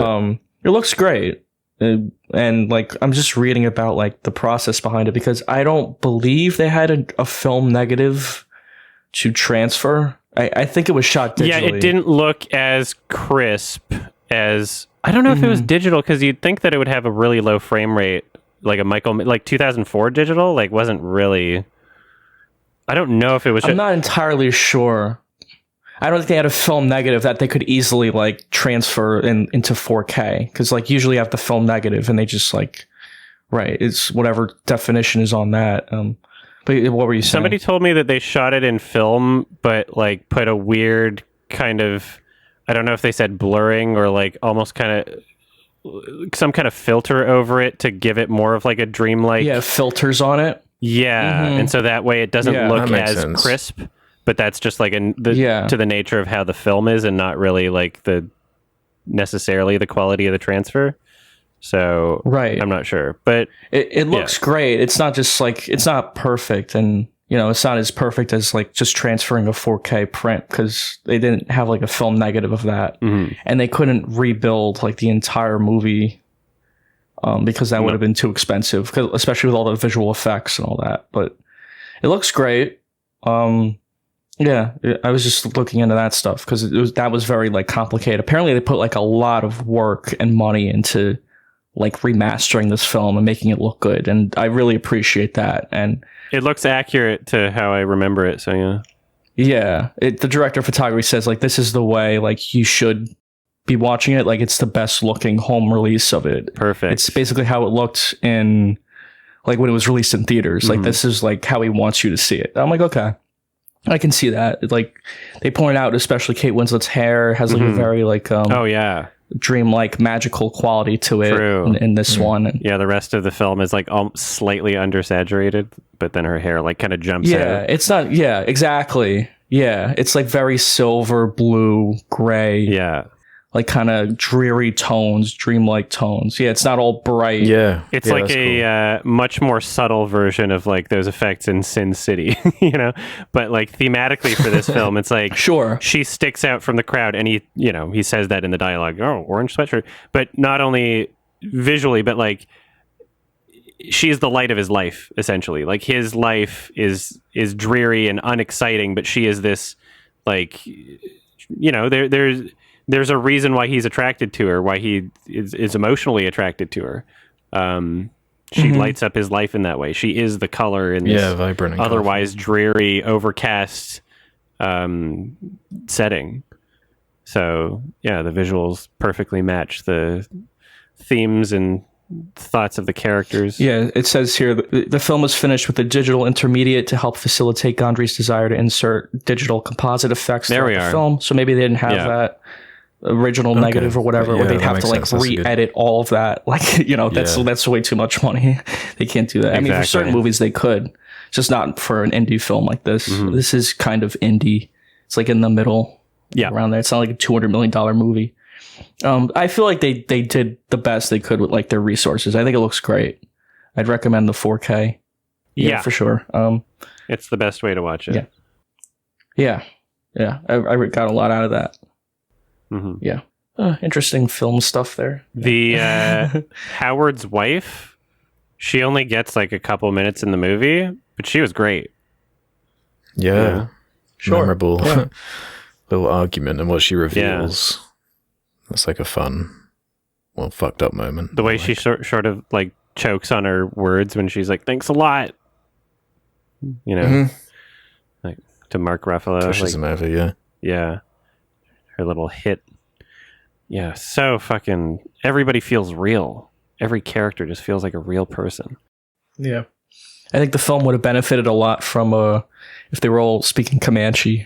I was just about to say, like, like, people get pissed. Sometimes I'll be like, I'll have a complaint about a movie, and then I'll say, here's an example of a film that did it right. And it's like a Charlie Kaufman movie. It's like a masterpiece. And people are like, did you seriously just compare this movie to like an art house movie? And it's like, yeah, I'm making these comparisons because here's an example of something where it feels authentic. Right? It's not impossible to do. You just have to like care about the movie you're making a bit more, right? You have to be talented like that. Yeah. When something feels inauthentic in a film, I compare it to something that I feel was authentic. Nothing in the film itself feels like a marketing decision, like except maybe like the casting of the big actors, but they all fit perfectly. Yeah, it got to exist and be what it wanted to be. Yeah, like the most the studio interfered with is, I guess, the trailer. So right, that trailer. I also, this is a little factoid, is like, because they were an independent, low budget production. Because of the nature of their filmmaking and the small crew, there are parts of the movies that they just kind of filmed on a whim. They would be like, oh, like it's snowing, let's like go outside and have them like play outside in the snow. Or that parade with like the elephant and stuff. They literally there was like a parade happening outside, and they were like, let's go down there from the apartment, and just like they started filming there. And so apparently a lot of the camera flashes you see were like the paparazzi trying to get shots of Jim Carrey, and then they just like did ADR over top of it, and so that was like just a real thing that was happening, I guess, in like New York or whatever. Yeah, so they get to like use those opportunities because they're a smaller production. I love it. That's neat. Yeah, I guess it kind of gives it that improvisational kind of nature. Yeah, fucking love the music. It's John Bryan's soundtrack in this is so versatile within the same film. Like it's not like, oh, versatile throughout his like entire filmography. This is like very unique and versatile sounds within one film. There's so much memorable, great stuff happening. Like, oh god, the sound effects of the, that like beeping noise whenever they delete a memory, and then at the beginning of the movie you don't know what that is, and then you learn over time like why that's happening at the end of each scene. And film is alive, and it is eternal sunshine of the spotless mind. And I could talk forever about this. I'm just watching the trailer again. They're like dancing in their underwear. Mr. Blue Sky's playing. I'm like, yeah, this is not the whole movie though. It's like, yeah, I just opened it and was like, from that time code where he's like screaming in misery, and then it starts Blue Sky. Yeah, thank you for letting me know about that, because I always wondered why that was in the soundtrack. I was so confused. Dun, dun. It's very jarring. And you know why they chose the song is because the fucking sunshine and blue sky, or like, is this the title? Like, sunshine, sky, like it's a happy. Whoa. That usually falls like with so many artful directors or writers and like art films, they have no idea like how to market their movie, or there's like a different department that the studio brings in to like market it, and it's just like so sad. I'm sure if you left it up to Charlie Kaufman and Michel Gondry, it would be a faithful marketing, but unfortunately it's just a different department and they have nothing to do with it. They just get sent some clips, they're like, sell this shit. Right, the studio doesn't trust them to like sell it. They're like, which is so lame. Who are, like, yeah, it is lame. Like I like We've talked about directors who like edit their own trailers. Like I think Jordan Peele and Chris Nolan, obviously, like I love their trailers. Like I love watching the trailers because they're such a part of the movie. Like the Tenet trailer doesn't even give away anything. Like I like that. And or Nope. Of course. Yeah. What they get that privilege because they're just so successful. Did I ever tell you PTA, the original trailer for There Will Be Blood, he released without the permission of the studio, and they were pissed at him, but it got so much buzz from the movie, they were like, whatever. Because like he literally just uploaded that trailer on YouTube, the original trailer for There Will Be Blood, where it's just like Daniel Plainview saying some stuff, and like by the campfire, like this weird ass fucking tone of just like the string instruments, and like it was so perfect, and that got me so interested in seeing the movie. Like I was so young, like I was barely into like art films at that point. I didn't know who Paul Thomas Anderson was at the time, I don't think, but I saw that trailer. I was like, this looks so unique that I have to see it. And that's what you get when the directors and writers are, they market their own shit. When they are creating something unique, you want to sell it as a unique film because that's faithful to what it is. That's accurate to what it is. Like, let people who want to see that sort of thing be interested in it. Stop trying to box it into a fucking genre. Pieces of shit. Yeah, and it's their story. They know it better than anyone. No, I was just flicking through that trailer. It's hilarious. It's actually insane what they're doing. Like using the clip of Elijah Wood with the googly eyes and stuff, and like the dancing on the bed, making it look like a straight up comedy. This is because it's Jim Carrey. You got to sell it to like that crowd, but that's not the crowd this is for. And so many marketing people, they edit every trailer the same. It's like music with the names of the celebrities that are in it, and it doesn't. Like a lot of these trailers that I like, they don't like, it doesn't say like the names of the actors or whatever, or like this summer, like it's just, like it has like clips from it and like music, and it doesn't give away a lot. Like that's a huge thing. It doesn't give away anything. Like, it's just the trailer did everything wrong in my opinion for this. I don't mean to harp on it, but it's just like an interesting, like I feel like the film would have done so much better if it was marketed accurately. And I even think of You the never know. Deadpool situation where Ryan Reynolds released that like animated clip of like the car chase scene from Deadpool, and like that drummed up so much publicity for the film. I'm sure that's a reason why they actually ended up making it in the first place. And that scene is like basically recreated in live action in the film. And it's just like, yeah, the creators understand the film much more than a marketing team does, and they should have more of a say in it to avoid this kind of shit, like to avoid these kind of misleading trailers, because it does impact the box office, I feel. I just sent the UK DVD cover art for Synecdoche, New York. Synecdoche, New York, the smash hit comedy of the year. Holy shit! I know. Yeah, and then the 5-star reviews at the top, the hilarious. selectively edited quotes of just astonishing, hilarious. Metro says hilarious. That's the only thing you want to get Pink text. out of their 5-star review they gave the fucking film. That's the only part you want to communicate on the fucking DVD cover. It's hilarious. Oh yeah, this is one of the funniest fucking movies ever. You're gonna be laughing to your fucking grave. Holy shit!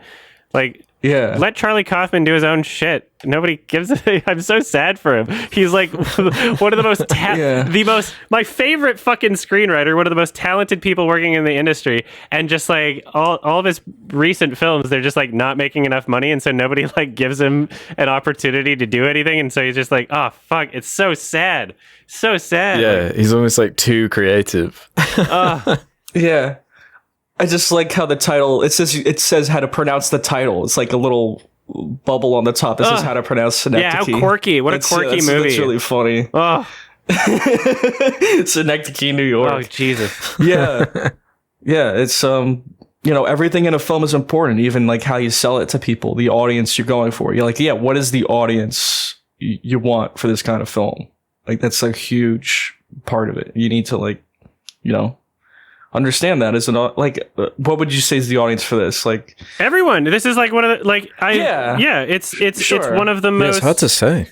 I don't know anybody that doesn't like this movie. Like, there is a bit of a barrier. You might get some people who are like too confused and turn it off. You might get a couple of those people, but overall, like even the people that are confused by it, I think most of them at least are interested in it because it's so like the visuals and like everything that's happening. And then by the end of the movie, they might not be so confused and figure everything out and maybe watch it a second time.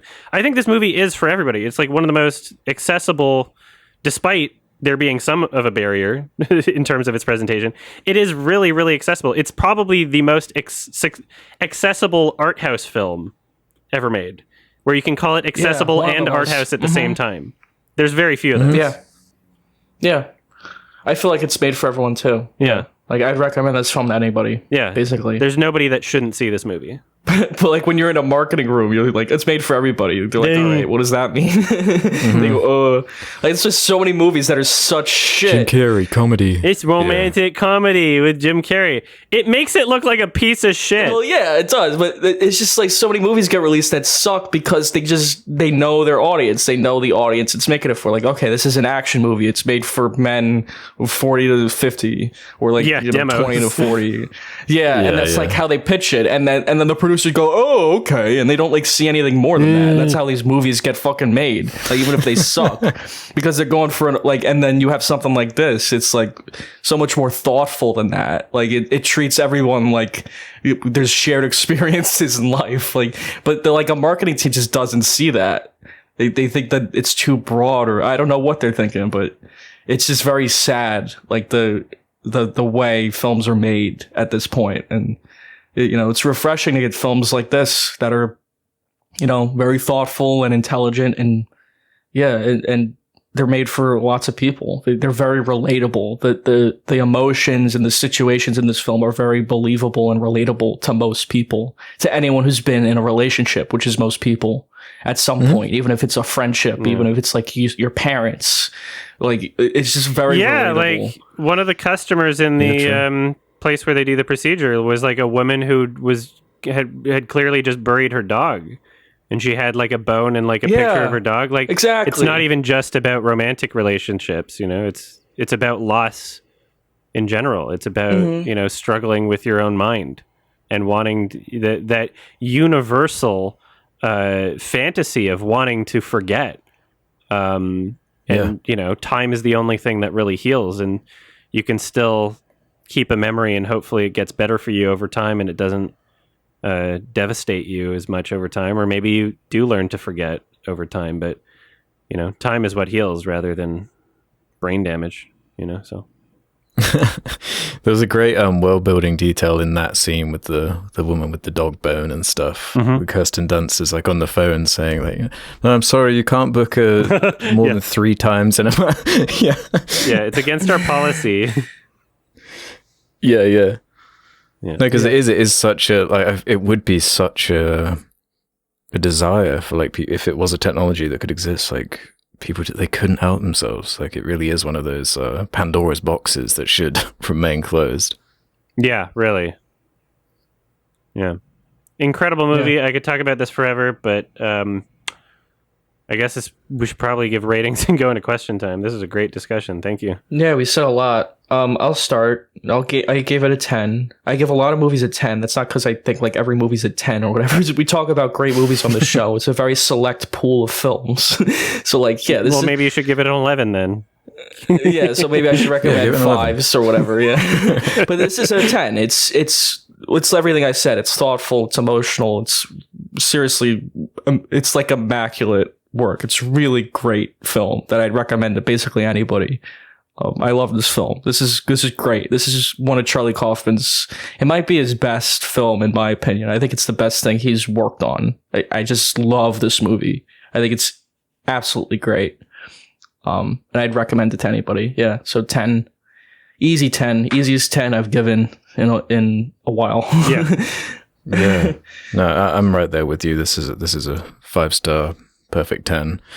I hadn't even thought about the like audience thing, like how it is like an art house weird, like memory erasing, confusing like movie, but it does have the broadness. It's got nearly 1 million ratings on IMDb. Wow. With a really high average score. That's why it got a 4K. It's the perfect combo. You don't do that unless people are watching. Yeah. It's the perfect combo of talent. Yeah, you got that. You got the Kaufman script and Jim Carrey and Kate Winslet leading. Gondry's direction. It's just the perfect package. I think I'm there with you. It might be my favorite Kaufman script. But yeah, I'm right there with you. I'd recommend it to anyone. And the discussion has just made me honestly want to watch it again, thinking about all these different aspects. There's so much going on. It's so creative. Yeah. It is everything that you could want from a film. Yeah, me too. I want to watch it. I'll be watching this one every once in a while for the rest of my life, really. I feel like you could watch it every like 5 years and get like new perspectives just based on your own experiences and like new relationships you've been through or seen or experienced Yeah, in 10 years we'll get a Jon Favreau remake and that misinterprets everything that was good about it. Yeah. Mm-hmm. I wanted to make it look like a documentary. Just cause. Love this movie. One of my favorite movies ever. It's always going to be with me. And I'm giving this one a 6 out of 10. I'm giving it a 10. It's a 10 out of 10. Easy 10. It's just fucking perfect. And you can talk for hours about what there is to appreciate in this film and how well it works with itself and everything about it. I love it. So, triple 10. Nice. Yeah. All right, time for questions.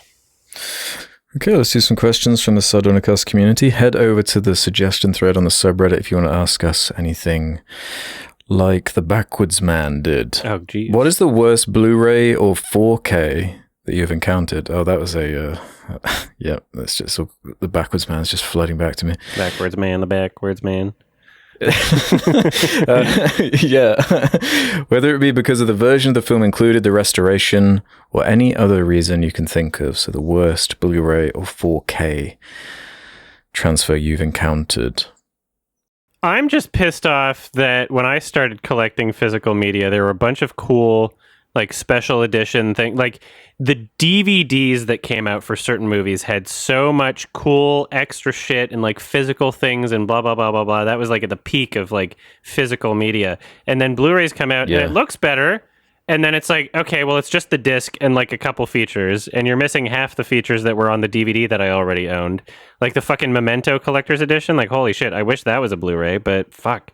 And now it's like, well, now I own both because I don't want to lose the cool shit from the DVD, even though I would gladly get rid of my DVD if you just kept the same cool shit for the Blu-ray, but... Yeah, that is lame. I had a really strange one of these a few weeks back when I bought Swiss Army Man on iTunes, which recently got like a 4K update. Oh, shit. And I'd never seen this before on like a movie on iTunes, but the video and audio are out of sync. Uh-oh. By like a good like 3 or 4 seconds. Uh-oh. It's genuinely fucking unwatchable. I was watching for like 10 minutes. Was that on forums? Yeah, I thought maybe it was just like where I was watching it. Yeah, I looked it up, and there's like a thread on Reddit of like people like, yeah, the 4K like update or whenever they did it on iTunes is like, wow. fucked it. That's pretty bad. It's actually unwatchable. I'd never seen that before. That's actually awful. Yeah, that was only a few weeks back. I wonder if they fixed it. That's crazy. Yeah, fix your shit, iTunes. Jesus. Oh my god, my Blu-ray for Sunshine was a great Blu-ray, and then at a certain point in time, there was like an update that happened for like the firmware for like all Blu-ray players, so like PS3 and like everything. Some sort of like universal update for Blu-ray players, that after that update, the pop-up video on top of video commentary would show up on top of the film about 10 minutes into it, and you wouldn't be able to turn it off. And it was a big enough... there was like a disc replacement process that we had to go through to get a new one, basically. But it was like, wow, like there was an update on Blu-ray players in general that bricked my Blu-ray. And there was, I swear, something similar happened to my Crank Blu-ray, but there was no like forum or replacement thing about it, and I don't know. It was just like, wow, this Blu-ray worked forever, and now it doesn't work on anything. It was so weird. I don't know what happened, so I had to get another one. Yeah, I gotta say, mine was I got the 4K of Terminator 2, and I was just like looking into this now because when I was watching it, it looked very weird. It didn't look like a 4K transfer. It kind of looked like it was upscaled in certain parts, like they used AI to upscale it, and it did look like, for a movie that high profile, I thought it kind of looked like shit at parts. Like, there's a subreddit for 4K Blu-ray, and sometimes there will be like threads that people give, like asking questions about quality of certain Blu-rays, and some of these people have like, they've got lists of like, here's some that just have terrible transfers, because there's a lot of, there's certain studios where they'll just kind of shit out their 4K release, and they won't put that care into getting a good looking or accurate transfer. Like, it's the same thing with Disney Plus putting The Simpsons on it and cropping it, and you miss like half the jokes. Yeah. It's like these companies, a lot of them don't give a shit about like integrity or the art. They're just like, we're just gonna put it on the thing. Like, fuck you. It's so annoying. Yeah, I'm trying to look up what DNR means because the people are saying that's the problem. Do not resuscitate. It just looks like the in terms of 4K upscaling. I'm trying to because it had this weird effect where like people looked like wax figures. Like you could tell the upscaling weird on them. Yeah, like, I think I heard that. It looked very bad. That Blu-ray wasn't great. That was T2, right? Yeah, T2. And I expected much more from a film like that. I know. It's so high profile. Exactly. Yeah. But yeah, I really wasn't strange. That's the worst one I have. People look like wax figures. I mean, there's no other way to say it. And like the color is off in certain scenes. It looks like it was just upscaled from like maybe a 1080 or 2K. Wow. And it's very distracting. Yeah. And I'd expect more from James Cameron of all people, who's like, groundbreaking fucking director in terms of visuals. It was very strange. Yeah, I don't think he oversaw it. I think he did. I think it was like no, what? Yeah, I think that was in the news as well. It said What? like James Cameron oversaw the transfer. Oh, He must have been like, he was busy I don't know, on Avatar. doing something else. He was busy. Yeah, he was busy editing Avatar 2, and he like glanced over at his phone or something like that. Like, Yeah, he watched it on his fucking telephone. yeah, and he's like, oh, it looks fine. Yeah. But yeah, that's a shame because I expected much more from that. I hope T2 gets a good transfer eventually. That's one of my favorite action movies. Yeah, I hope they give refunds or some shit. Yeah. Whenever there's like an extra frame in like a Criterion release, they do a refund because people are so fucking like they tout this level of quality, and then it's like, like something goofed up, so they wind up doing like a disc replacement thing. Yeah. There's apparently like in the 4K Blu-ray for 12 Monkeys, which I watched for the podcast recommendation that we did a few weeks back. Apparently there's a minor issue with that I didn't notice, but I'm going to do the disc replacement anyway, just because, like, okay, if there was an issue, like, apparently there was, like, sound from another scene that played for, like, 1 second and one that wasn't supposed to be there or something. I don't even remember. But it was, like, some weird shit where someone was like, that's not how the movie is, and then they're doing a disc replacement. It's like, well, I'm glad you're fixing it, at least. Yeah. The Blu-ray that I would say you shouldn't expect to look like a Blu-ray would be 28 Days Later. Because it was shot on digital in, 2000 or something? Let's see. Yeah, 28 Days Later, it came out in 2002. It was shot on digital, where digital was not a reasonable way to shoot films, but it was an artistic choice. And so it was like, it looks pixelated as shit, but it's not because of the transfer. It's because of the way they filmed it. There is no higher quality version. So it looks like you're watching like a fucking... If you're used to Blu-ray, it feels like you're watching 240p on YouTube, even though it's not. But it's like, holy shit, why can I see pixels? It was just, that's how the movie was shot. It was an artistic choice at the time. And maybe that's not upscaled like the Terminator 2 one was. It's very obvious they upscaled certain things. I'm like, wow, that guy looks like a wax figure. It's like it's like going to Madame Tussauds. Yeah, upscaling, it's just an AI. It's not going to look good. Not at this point. Yeah. Yeah, not quite, yeah. 28 Days Later is a good movie, though. Yeah. Yeah, I was talking to someone about that very fact the other day, and they said it didn't really hurt it in any way. Yeah, you get used to it pretty quickly. Whatever resolution you're watching it in, you get over it in like 10 minutes. It's nice to have 4K, though. I like having a higher resolution, but, it doesn't make something unwatchable. I just try to get it in whatever best quality I can. Yeah. Okay. Super Rider 108_MC says this. What are your thoughts on the recent tax write-offs made at Warner Bros. Discovery, from cancelling films already in production, cancelling beloved shows, or outright deleting shows and movies from HBO Max with no legal way of watching them? Beloved originals like Infinity Train were outright wiped from both the platform and essentially erased from any social media platform promoting the show, almost as if they never existed. In a legal sense, it's a way to avoid paying creators any residuals. Personally, I think it's rather insulting to the various creative teams who work tirelessly to put out projects they're passionate about, dissuading any sort of artistic freedom, and heartbreaking to ultimately have your hard work be deemed lost media. Yeah. So I guess this was tying into the whole... Like, I've been just seeing all this stuff about HBO Max and stuff disappearing, and it's not in this country, so I'm still kind of confused as to what's really going on, but... Yeah, I don't think that anything I was watching is gone, but it's still crazy to just remove content when a lot of the content they're removing is like, it's Max originals. They're not paying a license to keep it on the platform because they already own it. Like, the company itself owns the license to it already. So what they're trying to do is just be like, oh, we just don't want to pay the creators. But then, like, how does that make any sense? Because wouldn't the money you're paying the creators just come from the subscriptions anyway? And it would be...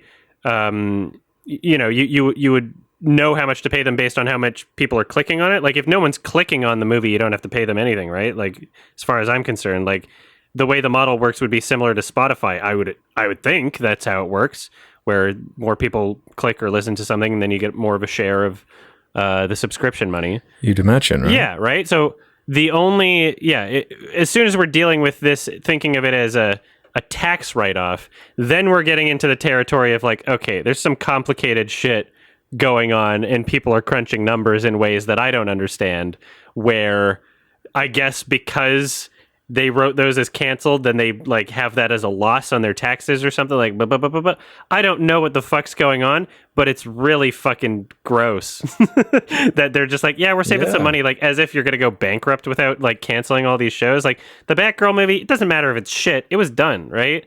It was done. Fucking release it. Release it somewhere. Like, and how much did they spend? That was like what, 60, 90 million or yeah, so? 90 Jesus million, Christ. I think. People 90. worked on that shit. That was very weird. Even if it's bad, let us fucking laugh at it. You'll make a little bit They of don't money. want to like devalue the brand of Warner Brothers. I mean, that one, at least they didn't release that. Like, I understand the Batgirl one, but like taking away content that's like already on there. I that's just feel weird. bad. I mostly feel bad for the creators of the shows, and like, yeah, they should at least give the rights back to the original creators or sign some kind of deal so they could release it in their own way on Blu-ray or something. Because like now there is literally no way. Yeah, if you don't want to release it, just don't cry if people torrent it. Yeah, like people are going to torrent it now. Like I'm not really in favor of torrenting. I don't like that, but like if that's the only way to watch something and like they're not making it available, it's like, okay, well, you've basically left people with no choice but to watch it illegally or on some site where it'll probably be shittier quality because like people are going to stream it on like tune.com or whatever that site is called. You know, some shit like that. Like that's basically what you've resulted people to, which is that's not right either. You know, and if it was up to the creator, I mean, that's one thing. But yeah, it's like some studio executive who owns the rights. You fucking sell it to somebody else then. Like, sell it for $1, give somebody else the rights. Don't prevent people. Right. I'm glad with like my own work and my own films, like I own all the rights to it. I never sold it to anyone because like, you know, I always, like, I think any artist is fearful of that happening. Like them just like burying your work or mis-selling it or doing something wrong. Like at least I own everything I've made. If I want to get rid of it or if I want to sell it, I can. Like it's my choice. Yeah, exactly. I'm terrified of selling the rights to my shit to anyone. That's why I'm not like on a label. You know, like I could really like promote myself and do that. You know, like I've worked with Blondie. I'm sure like I could get on a label if I really tried, but like I'm terrified of just not being able to do what I want with my music or anything I create. I don't like that. I would rather go independent. Yeah, I believe that's like what Harvey Weinstein did with a lot of films. Like he would buy the rights and then just basically bury them or put them in like a vault and you know, never release them or never, you know, it's something he's done. Like I think that's something a lot of producers have done.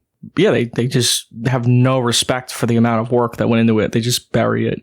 And something like Batgirl, that's not even out yet. They want to save more money on like potential marketing or whatever. And I guess I understand that. The movie might be bad. I think that's part of it. People saying like, oh, it could be good. I'm like, nah, it's probably not good if they don't want to release it. But yeah, like all these shows that are already on there and they got rid of, like it's not even like Disney Plus. They have things that are not on there, but they haven't like taken anything off, I believe. Yeah. I don't think they're concerned about quality. I mean, they have like the original Fantastic Four on there, I think, and like a bunch of shit. So they don't care. Cheetah, like shit from the 80s that like no one cares about. But yeah, I don't know. It's very, I feel bad for the creators mostly. Like that's mostly how I feel. They should have the right to do like what they want with the thing they made mostly. But I guess they didn't put money into it. So this is like fresh after a merger. So now it's Warner Bros. Discovery. And so like there's a new CEO doing this or something, right? This is like part of their merger result is my understanding at least. Yeah. It's just some random guy. Yeah. And what's weird about it is like, I don't know, like I've always considered Warner Brothers to be like pretty good faith, you know, as much as a corporation can be, pretty good faith about like media preservation and them like bringing, you know, they had all the access to these like HD quality files of the old Looney Tunes cartoons, and you know they famously will say things like, oh yeah, we're going to include, you know, just a little title of being like, yeah, there's some racist shit here, it's better showing it than pretending it never existed, right? Whereas like Disney's been the one being like, erase history, we were never racist, Mickey Mouse, haha, you know, like, so yeah. I've always considered Warner Brothers to be like, yeah, this is a company that like actually, you know, appears to care about like preservation in some way. And now it's like, oh shit, they're just like deleting a bunch of Max original shows, like stuff like who? Come on. So annoying, you know. A lot of this shit happens when, you know, you get like a really good company that operates in a way that I like, and then they get bought by something else or merged with something else, and then it's like, oh wow, now they're acting exactly like every other shit corporation that I'm used to. Like fuck. But this is making me concerned about, because we're in the streaming age now. There's so much content that is locked onto these streaming services, and some of them don't even have ways to buy them physically. Exactly. So what's going to start happening in a few decades? Like, some of this stuff is just going to start like just disappearing into the ether, and there'll be no way of archive everything. Yeah, that's a lame kind of byproduct of this strategy of releasing content, I guess. Yeah, you just have to archive everything. Yeah. I suppose on a kind of similar note, Ping Pitch says, how would you handle the shitstorm around the Flash's release that Ezra Miller caused if you are a Warner Bros. Exec? So I guess that's what the Batgirl thing is confusing me, because that movie, that's, as far as I'm aware, they haven't cancelled it as of us recording it, like, publicly. No, it's so funny. They were filming reshoots for Ezra Miller in between their arrests, which is crazy. Like, in between, like, being in jail. Like, they were like, hey, can you come back for it? You got to promise you're not going to go back to jail. And they're like, yes, yes, Warner Brothers. And then they just, now they're beating up people in a different state. Yeah, so they apologized. Yeah, or something. Like, fuck, how many months later? Who gives a shit? That means nothing. Yeah. Damage is done. Yeah, right. So for the things he did, there's no like apologizing. It's not like minor shit he did. Like locking kids in his house with guns. And yeah, there's a lot of weird shit. It's like, there's no like apologizing for that at this point, I feel. But I don't think they should. They could do whatever the fuck they want. I'm not going to see that shit in theaters. I might watch it on HBO Max. I hate their character so much and their portrayal of that character so much and find it so annoying. It's the most annoying shit in the world. It is bad. The Flash is terrible in the Justice League. He's so fucking bad in both versions. Like, I love a good train wreck, but I want to come out of the movie like alive. Like, I want to come out of it like with a brain. So I can't do it. That character in that movie, sucks. I'm not watching that in theaters. Fucking release that on HMax. Make that a Max original. Yeah, they're kind of stuck, aren't they? But yeah, they're trying to like rebrand. They've invested so much money. Like, what are you supposed to? You're just gonna eat that? Like, really? DC universe. It's a whole production. There's like fucking hundreds of people involved in making these things. Right. Canceling it might be worth it for the longevity of like the DC brand, because they're trying to compete with Marvel again. They're trying to like reinvent themselves after the Snyder cut and all that like shit, and Batman vs Justice League, Batman vs Superman, and like maybe it's worth it to do that, but at the same time, it's like. I don't know what to do. It's a very complicated situation because I feel like no one's going to see this movie. Yeah, I'm pretty sure Michael Keaton's in it. Yeah, Michael Keaton's in it as Batman. So he's Batman now again. I believe Michael Keaton was in Batgirl also. I think. Maybe not, but I feel like I saw him on a list. I feel like people would see it though. I feel like it's such a like dramatic thing to exist now. Maybe that's what they're trying to figure out now. They're doing like focus testing to see like if people would still see the movie, like how many people know, how many people actually care. Because in the grand scheme of things, like these movies make billions of dollars. They're released in like different countries. Who knows if people are like as aware of what's going on as like we are, where we're looking on like the internet all the time. Like it might not even matter for something like that. Like people might not even give a shit. Like people who even know, they'll be like, oh, I'll see it anyway because it's the Flash. I gotta bring my family to see something. Like, there's so many other factors there. It's very confusing to me. I don't know why you'd want to release the movie, but I'm just looking at the cast listing on IMDb. It's got Michael Shannon in there, Ben Affleck, Michael Keaton. It wasn't like a small like throwaway kind of Batgirl type project. Like there were clearly a lot like riding on this. It's such a strange situation. Yeah, that actress too plays Batgirl. I like never seen her in anything before. Like I had no idea who she was. It wasn't like Gal Gadot. I think Gal Gadot was in like the Fast and Furious movies before, and they set her up in Batman vs Superman. So I think people knew who she was by the time they made Wonder Woman, and that's like why it was successful. Like, I don't think anyone knows who this Batgirl is. Like, I don't think anyone knows the actress. I don't think anyone cares. But yeah, maybe they could have just released it on HBO Max or something. I wish I had an answer. It's very complicated. I'm eager to find out what decision they are going to make, though, because they're going to have to decide, like, at some point. Mm-hmm. All right. One last question. Okay, let's do this final one from Mersh 7850. I've been catching up on this podcast over the course of a year on my fucking phone. Listening to you guys helped me get over the mind-numbing boredom of work. The city of Albuquerque recently unveiled statues of Walter White and Jesse Pinkman at our local community center to commemorate the show for all that it's done for our economy and film industry.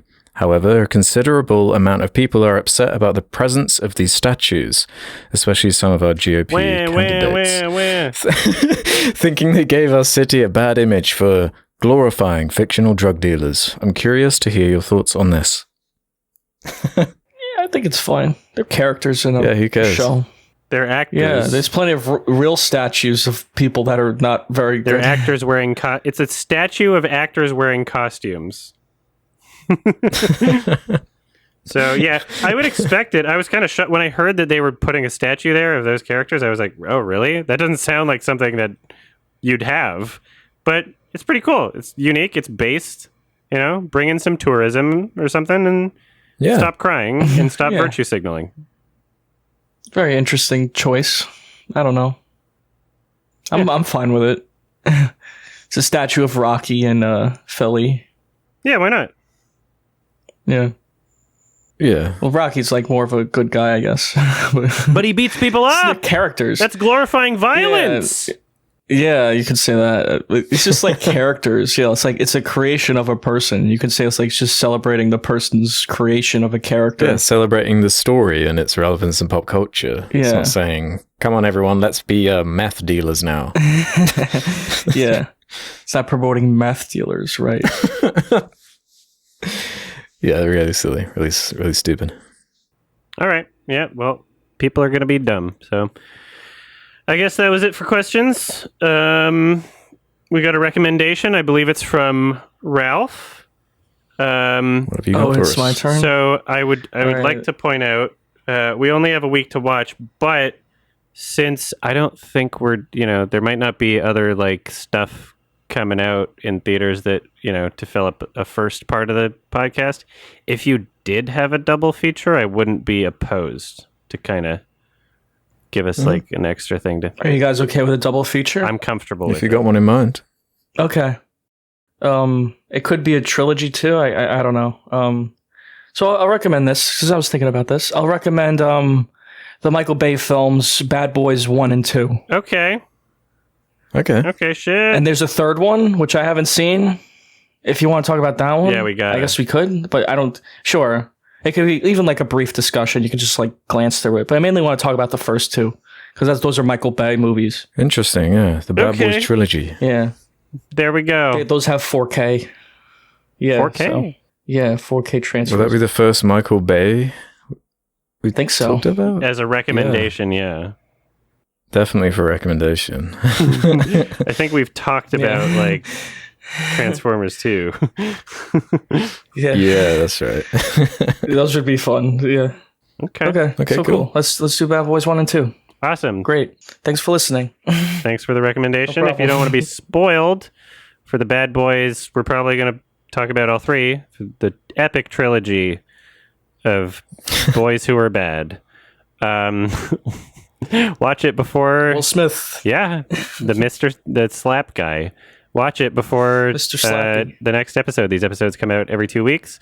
You can listen to them early if you go to patreon.com/Sardonicast or sardonicast.com and sign up for premium. It's only $2 a month, and you get to listen to them early, particularly early, because we're recording these episodes a bit early because I'm going for TIFF soon. So, all right. Yep. That's we got merch. Link in the description. There's a Sardonicast highlights channel.